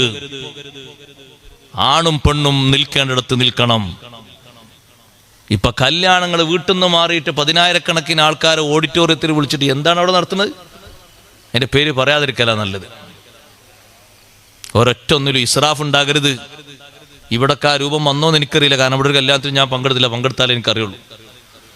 ഇവിടൊക്കെ ഒരു കല്യാണത്തിന് ഒരു വെള്ളം കൊടുക്കണം, അല്ലെങ്കിൽ 4 വെള്ളം 5 വെള്ളം 10 വെള്ളം. അത് ഇവിടെ ഉണ്ടാ? ഈ കാണുന്ന കളറിലൊക്കെ ഉള്ള വെള്ളം ഈ ചെടിൻ്റെ ഉണ്ടാ? സുബ്ഹാന ജല്ല ജലാലു. എന്തിനാ സഹോദരങ്ങളെ അത്? അറിയാഞ്ഞിട്ട് ചോദിക്കണം. നിങ്ങൾ ആരത്തെങ്കിലും ഉത്തരം ഉണ്ടെങ്കിലും ഒന്ന് പറയും. എന്തിനാണ് ഈ കളറിലൊക്കെ ഉള്ള വെള്ളം? ദൂർത്ത് പാടില്ല, ദൂർത്ത് ഹറാമാണ്. ദൂർത്ത് പുരണ്ടാക്കുന്നിടത്ത് മാത്രമൊന്നല്ല, കല്യാണത്തിനും ദൂർത്ത് പാടില്ല, നിക്കാഹിനും ദൂർത്ത് പാടില്ല, നിശ്ചയത്തിനും ദൂർത്ത് പാടില്ല. ഞാൻ ഇവിടെ മാത്രമല്ല, എല്ലാ വിഷയങ്ങളും ഞാനത് ഉൾപ്പെടുത്തി പറയാറുണ്ട്. ഇവിടെ വന്നപ്പോ എവിടോ കണ്ടപ്പോ ഉസ്താദ് അങ്ങനെ പറയാണ്, ഞാൻ ഇവിടെ വന്നിട്ടൊരു കല്യാണത്തിന് പോയില്ല, ആകെ 2-3 ദിവസം ആയിട്ടുള്ളൂ, ഞാൻ ഇന്ന് രാത്രി ഇത് കഴിഞ്ഞാൽ പോവും ചെയ്യാണ്. പക്ഷെ പറഞ്ഞ കൂട്ടത്തിന് ഉറപ്പെടുത്താണ്, സുന്നത്തുകളൊക്കെ വലിച്ച് പിച്ച് ചീന്തിയിട്ട് സുന്നത്ത് കല്യാണത്തിനും മറ്റും വന്ന ആളുകൾക്കുള്ള സുന്നത്ത് എന്താണെന്ന് പറയുന്നത്? നിങ്ങൾ ആർഭാടങ്ങളൊന്നും ഇല്ലാതവരെ സ്വീകരിക്കണം. ഇപ്പൊ ലേറ്റസ്റ്റ് മോഡലിൽ ഇപ്പൊ കല്യാണത്തിന് പോയപ്പോ പല സ്ഥലങ്ങളിലേക്കും ആളുകൾ പോയപ്പോ കല്യാണ പന്തലിലേക്ക് എത്തുന്നതിന് മുമ്പ് അവരവിടുന്ന് തിരിച്ചു പോന്നു ചില ആളുകളൊക്കെ, അവരെ ഈമാൻ കൊണ്ട്. കാരണം എന്താ? കല്യാണ പന്തലിലേക്ക് എത്തുന്ന ആ വെൽക്കം എന്ന് എഴുതി വെച്ച വാതിലിന്റെ അവിടെ സ്വീകരിക്കാൻ വേണ്ടി കാത്തിരിക്കുന്ന പുതിയണ്ണും പുതിയാപ്പിളയും കൂടിയാണ്. നഊദു ബില്ലാഹി മിൻ ദാലിക്. അതിനേക്കാളും എരപ്പത്തരല്ലേ ഒരു നിശ്ചയത്തിനും കാര്യത്തിനും വിളിച്ചിട്ട് ഈ പെണ്ണിന്റെ ഫ്രണ്ട്സും ബാക്കും മുന്നും എന്തൊക്കെയാ പറയണത്? അവരൊക്കെ കൂടി ഒരുമിച്ചിരുന്ന് ഫോട്ടോക്ക് പോസ്റ്റ് ചെയ്യാം. ബാപ്പാരാണെങ്കിൽ, അന്തസ്സുള്ള ഈമാനുള്ള ബാപ്പാരാണെങ്കിൽ ഇസ്ലാം അനുവദിച്ച രൂപത്തിൽ നടത്തണം. അല്ലെങ്കിൽ ദയവായിട്ട് മക്കളുണ്ടാക്കരുത്. ആ പരിപാടി നിർത്തുക. ഉണ്ടോ ഈമാനിന്റെ ഇസ്ലാമിന്റെ അന്തസ്സിലാകണം കാര്യങ്ങൾ ചെയ്യേണ്ടത്. അല്ലാതെ പള്ളി കമ്മിറ്റിന്റെ മെമ്പറാണ് മറ്റേ സൂപ്പർവൈസറാന്നുള്ളവർക്കൊന്നും പരലോകത്ത് പരിഗണന കിട്ടൂല. ദീനായി കൊണ്ട് നടന്നെങ്കിലേ പരിഗണന കിട്ടുള്ളൂ. മുത്തുനബി തങ്ങൾ വിലക്കിയ കാര്യല്ലേ അന്യ ആണും പെണ്ണും ഈ രൂപത്തിൽ കൂത്താടുന്നത്? മുസ്ലിമിന്റെ കല്യാണത്തിൽ പോകാൻ പറ്റുന്നില്ല. ഹൈന്ദവന്റെയും ക്രൈസ്തവന്റെയും കല്യാണത്തിൽ എന്തൊരു ലളിതം, എന്തൊരു ലാളിത്യം, എന്തൊരു ശാന്തത, എന്തൊരു സുഖം, എന്തൊരു സമാധാനം. ഒരു ആർഭാടമില്ലാത്ത കല്യാണങ്ങൾ. എന്നിട്ടൊരു ഗ്രൗണ്ടിൽ പോയ എത്ര കൊടി ഉണ്ടോ ആ കൊടിന്റെ കണക്കിനാ അപ്പൊ വെള്ളം കൊടുക്കുന്നത്. 2 വെള്ളം പോരെ, മധുരം പറ്റുന്നവർക്കൊന്നും പറ്റാത്തവർക്ക് 2. വേറെ 3-ാം തരക്കാരുണ്ടോ നമ്മളെ കൂട്ടത്തിൽ? 2 എണ്ണം പോരെ? എന്തിനാ എത്രയും തോനെ? ഒരൊറ്റ സംഗതിയും ഹറാമായി തീരരുത്. നമ്മൾ ശരിക്കും ശ്രദ്ധിക്കണം. അതൊക്കെ കഴിഞ്ഞിട്ട് അസ്തഗ്ഫിറുല്ലാഹ് എന്ന് പറഞ്ഞാൽ മതി എന്ന് പറയരുത്. അതൊരു പരിഹാസമാണ്, പടച്ചവനോടുള്ള പരിഹാസമാണ്. ഇതൊക്കെ കഴിഞ്ഞിട്ട് ഉസ്താദേ ഒരു അസ്തഗ്ഫിറുല്ലാഹ് 100 വട്ടം ചൊല്ലിയാൽ മതി. ആണ് കണക്കാക്കാൻ നിൽക്കില്ല നിങ്ങൾ. 100 വട്ടം അസ്തഗ്ഫിറുല്ലാഹ് ചെയ്യേണ്ടൊക്കെ ചെയ്തിട്ട് അസ്തഗ്ഫിറുല്ലാഹ് 100 വട്ടം. എന്നിട്ട് നിശ്ചയത്തിന് വരുന്ന ആളുകൾ മുഴുവനും ഇപ്പെണ്ണിന്റെ തൊള്ളയിലേക്ക് കേക്ക് മുറിച്ചു കൊടുക്കുക. നഊദു ബില്ലാഹി മിൻ ദാലിക്. പാകത്തിന് നിശ്ചയം നടത്തിയാൽ മതി. എന്തിനാ എല്ലാ ആൾക്കാരും പെണ്ണിന്റെ തൊള്ളയിലേക്ക് മിഠായും കേക്കും മുറിച്ചു കൊടുത്തെങ്കിലേ നിശ്ചയം സഹിയാകുള്ളൂ? എന്നിട്ട് എത്ര ധൈര്യത്തിലാണ് നോക്ക് നിങ്ങൾ സുന്നത്തിനെ വെല്ലുവിളിക്കുന്നത്? എത്ര ധൈര്യത്തിലാണ് ഈ ഹറാമിനെ പുച്ഛ മനോഭാവത്തോടെ കാണുന്ന? ഇതൊക്കെ ഫോട്ടോ എടുത്തിട്ട് വൈറലാക്കി വിടല്ലേ നമ്മൾ ആൾക്കാർ? ഒരു പ്രശ്നമില്ല എന്നല്ലേ അതിന്റെ അർത്ഥം? കല്യാണത്തിന് വിളിച്ച ആൾക്കാരെ മുഴുവനും പരിഹസിക്കുക, അപഹസിക്കുക. ഒരു ചെമ്പൊരു ഭാഗത്ത് വെക്കുക, പാത്രം ഒരു ഭാഗത്ത് വെക്കുക. എന്നിട്ട് പാത്രത്തിൽ നിന്ന് ഈ പാത്രം എടുത്തിട്ട് ചെമ്പൊന്ന് കോരി എടുത്തിട്ട് എവിടെയെങ്കിലും കുത്തിച്ചാരി നിന്ന് തിന്നാൻ പറയാ, ഭക്ഷണം കഴിച്ചു പോകാൻ. ഏരപ്പത്തരല്ലേ ഇത്? ഈമാനിന് ഇസ്ലാമിനെതിരല്ലേ? മുത്തുനബി തങ്ങൾ എന്താ പഠിപ്പിച്ചത്? മൻ കാന യുഅ്മിനു ബില്ലാഹി വൽ യൗമിൽ ആഖിർ ഫല്യുക്രിം ലൈഫഹു. അള്ളാഹുവിലും അന്ത്യനാളിലും ഈമാനുള്ളവർ വിളിച്ച അതിഥികൾ ആദരിക്കണം. എന്താണ് ആദരവ്? അവർക്ക് ഇരിക്കാൻ സീറ്റ് കൊടുത്ത്, ഭക്ഷണം കഴിക്കാൻ മേശ കൊടുത്ത്, നിന്റെ കൈകൊണ്ട് ഭക്ഷണം എടുത്തിട്ട് അവരെ മുന്നിൽ കൊണ്ടുപോയി വെക്കണം. അതാ കൊടുക്കേണ്ട ആദരവ്. ചെമ്പിലേക്ക് വഴി കാണിച്ചു കൊടുത്ത് പാത്രം എടുത്തിട്ട് കോരി തിന്നാൻ പറയലല്ല, അത് അനാദരവാണ്. ആണിനെയും പെണ്ണിനെയും കൂട്ടിക്കലർത്തരുത്, ഹറാമാണ്, തനിച്ച ഹറാം. അത് ഇന്നത്തെ ഒരു ദിവസം ഉസ്താദെ സഹിച്ചൂടെ? ഒരൊറ്റ ദിവസം സഹിക്കാൻ പറ്റൂല, ഒരു ദിവസം ഒരു പരിപാടിയിലും സഹിക്കാൻ പറ്റൂല. നല്ലോണം ശ്രദ്ധിക്കണം, നല്ലോണം സൂക്ഷിക്കണം. അനാവശ്യമായ ഒരു മേഖലയുണ്ടാകരുത്. ജാഹിലിയ കാലഘട്ടത്തിലെ കല്യാണങ്ങളെ പോലെ സുന്നത്തുകളെ വെല്ലുവിളിച്ച് നടത്തുന്ന കല്യാണങ്ങളാകരുത്. ആണും പെണ്ണും കശപിശയാകുന്ന രൂപത്തിൽ നിക്കാഹിന്റെ മജ്ലിസിൽ പോലും ഇപ്പൊ അങ്ങനല്ലേ? പഴയ കാലത്ത് ഇപ്പൊ നമ്മളെ നാട്ടിലെ ഉസ്താദുമാരാരെങ്കിലും നിങ്ങൾ ഏതെങ്കിലും വീട്ടിൽ എന്തെങ്കിലും അനാവശ്യ പ്രവർത്തനങ്ങളോ മറ്റോ കണ്ടതിന്റെ പേരിലോട് തിരിച്ചു പോന്നാൽ പോന്ന ആൾക്ക് പ്രതിഷേധം. നമ്മളൊന്ന് ആലോചിച്ച് നോക്കി, പോന്ന ആൾക്ക് പ്രതിഷേധം. പിന്നെ ആള് പ്രതിഷേധിക്കാൻ ആളെ കൂട്ടുകയാണ് ഇങ്ങനെ അങ്ങോട്ടും ഇങ്ങോട്ടും വിളിച്ചിട്ട്. അങ്ങനെ ചെയ്യാൻ പാടുണ്ടോ? എന്നാലും കല്യാണപ്പുറക്കാരനെ മോന്തൊക്കെ നോക്കിയിട്ട് അങ്ങോട്ടും ഇങ്ങോട്ടും രണ്ട് കൊടുക്കുക വേണ്ടത്. ദീനറിയാതെ ആരെ നടത്താൻ പറഞ്ഞവനോട്? ഭക്ഷണം കഴിക്കാൻ വന്നിടത്ത് ചുമരിന്റെ മേലെ ജീവനുള്ള ജീവിയുടെ ഫോട്ടോ കണ്ടതിന്റെ പേരിൽ ഭക്ഷണം കഴിക്കാതെ ഇറങ്ങിപ്പോയ മഹാനാണ് അബ്ദുല്ലാഹി ബിൻ മസ്ഊദ് റളിയല്ലാഹു അൻഹു. ഇമാം ബുഖാരി തങ്ങളെ സ്വഹീഹിൽ രേഖപ്പെടുത്തിയില്ലേ? ജീവനുള്ള ജീവിയുടെ ഒരു ഫോട്ടോ കണ്ടിട്ടുള്ള ചുമരില്. പിന്നെ ഈ ഹറാമിയത്തൊക്കെ കണ്ടിട്ട് അവിടെ ഓശാനിച്ച് നിൽക്കണം. ഒരൊറ്റ കുട്ടി നിന്നു പോകരുത്, ഭക്ഷണം കഴിക്കരുത്, ഒരു രൂപ പോലും ഹറാമിന് സഹായിക്കരുത്. പടച്ചറബ് വെറുതെ വിടില്ല. ആണും പെണ്ണും മുഷക്കലായി നിൽക്കുന്ന ഒരു കല്യാണത്തിനും ഞാൻ പോകാറില്ല. എന്റെ മഹല്ലത്തിലും പോകാറില്ല, കുടുംബത്തിലും എവിടെയും പോകാറില്ല. നിങ്ങൾ അങ്ങാനും എന്നെ കല്യാണത്തിന് വിളിക്കേണ്ടി വന്നിട്ട് ഞാൻ അങ്ങനെ കണ്ടാൽ ഞാൻ അവിടെ വെച്ചത് പറയും, പിന്നെ അത് കേൾക്കേണ്ടി വരും. എന്നെ ഒതുക്കുണ്ടെങ്കിൽ മാത്രമേ വിളിക്കാവൂ. പലരോടും ഞാനത് പറയലുണ്ട്, തുറന്നു പറയലുണ്ട്. എൻ്റെ ഒരു ബാധ്യത എന്നുള്ള നിലക്ക് എൻ്റെ മഹല്ലത്തിലോടും ഞാൻ പറയലുണ്ട്. എന്തെല്ലാമാണ് സഹോദരങ്ങളെ നടത്തുന്നത്. കല്യാണത്തിന്റെ അന്ന് രാത്രി പരിസരത്തുള്ള ഒരൊറ്റ വയസ്സായ ആളുകൾക്കും കുട്ടികൾക്കും ഉറങ്ങാൻ കഴിയൂല. ആ ജാതി ശബ്ദകോശവും പൊട്ടിക്കലും. കല്യാണത്തിന്റെ സദസ്സിൽ തലേന്ന് ബുർദ ജില്ലാണെങ്കിൽ വരെ അയൽവക്കക്കാർക്ക് ശല്യം ഉണ്ടാകാൻ പാടില്ല. പാകത്തിലുള്ള സൗണ്ടിന് ഒരാളെയും ഇടങ്ങേറാക്കാൻ പാടില്ല, ബുദ്ധിമുട്ടാക്കാൻ പാടില്ല. നമ്മൾ നോക്ക്, ഇവിടെ ദഫ്റാത്തീബ് നടത്തുമ്പോൾ എത്ര വളരെ സിമ്പിളായ രൂപത്തിലാണ് സെറ്റിങ്സും സംവിധാനങ്ങളും ഒതുക്കിയിട്ടുള്ളത്. ഇവിടെയുള്ള ആളുകൾക്കും ഇവിടെയുള്ള വന്ന ആളുകൾക്കും കേൾക്കാൻ പാകത്തിൽ.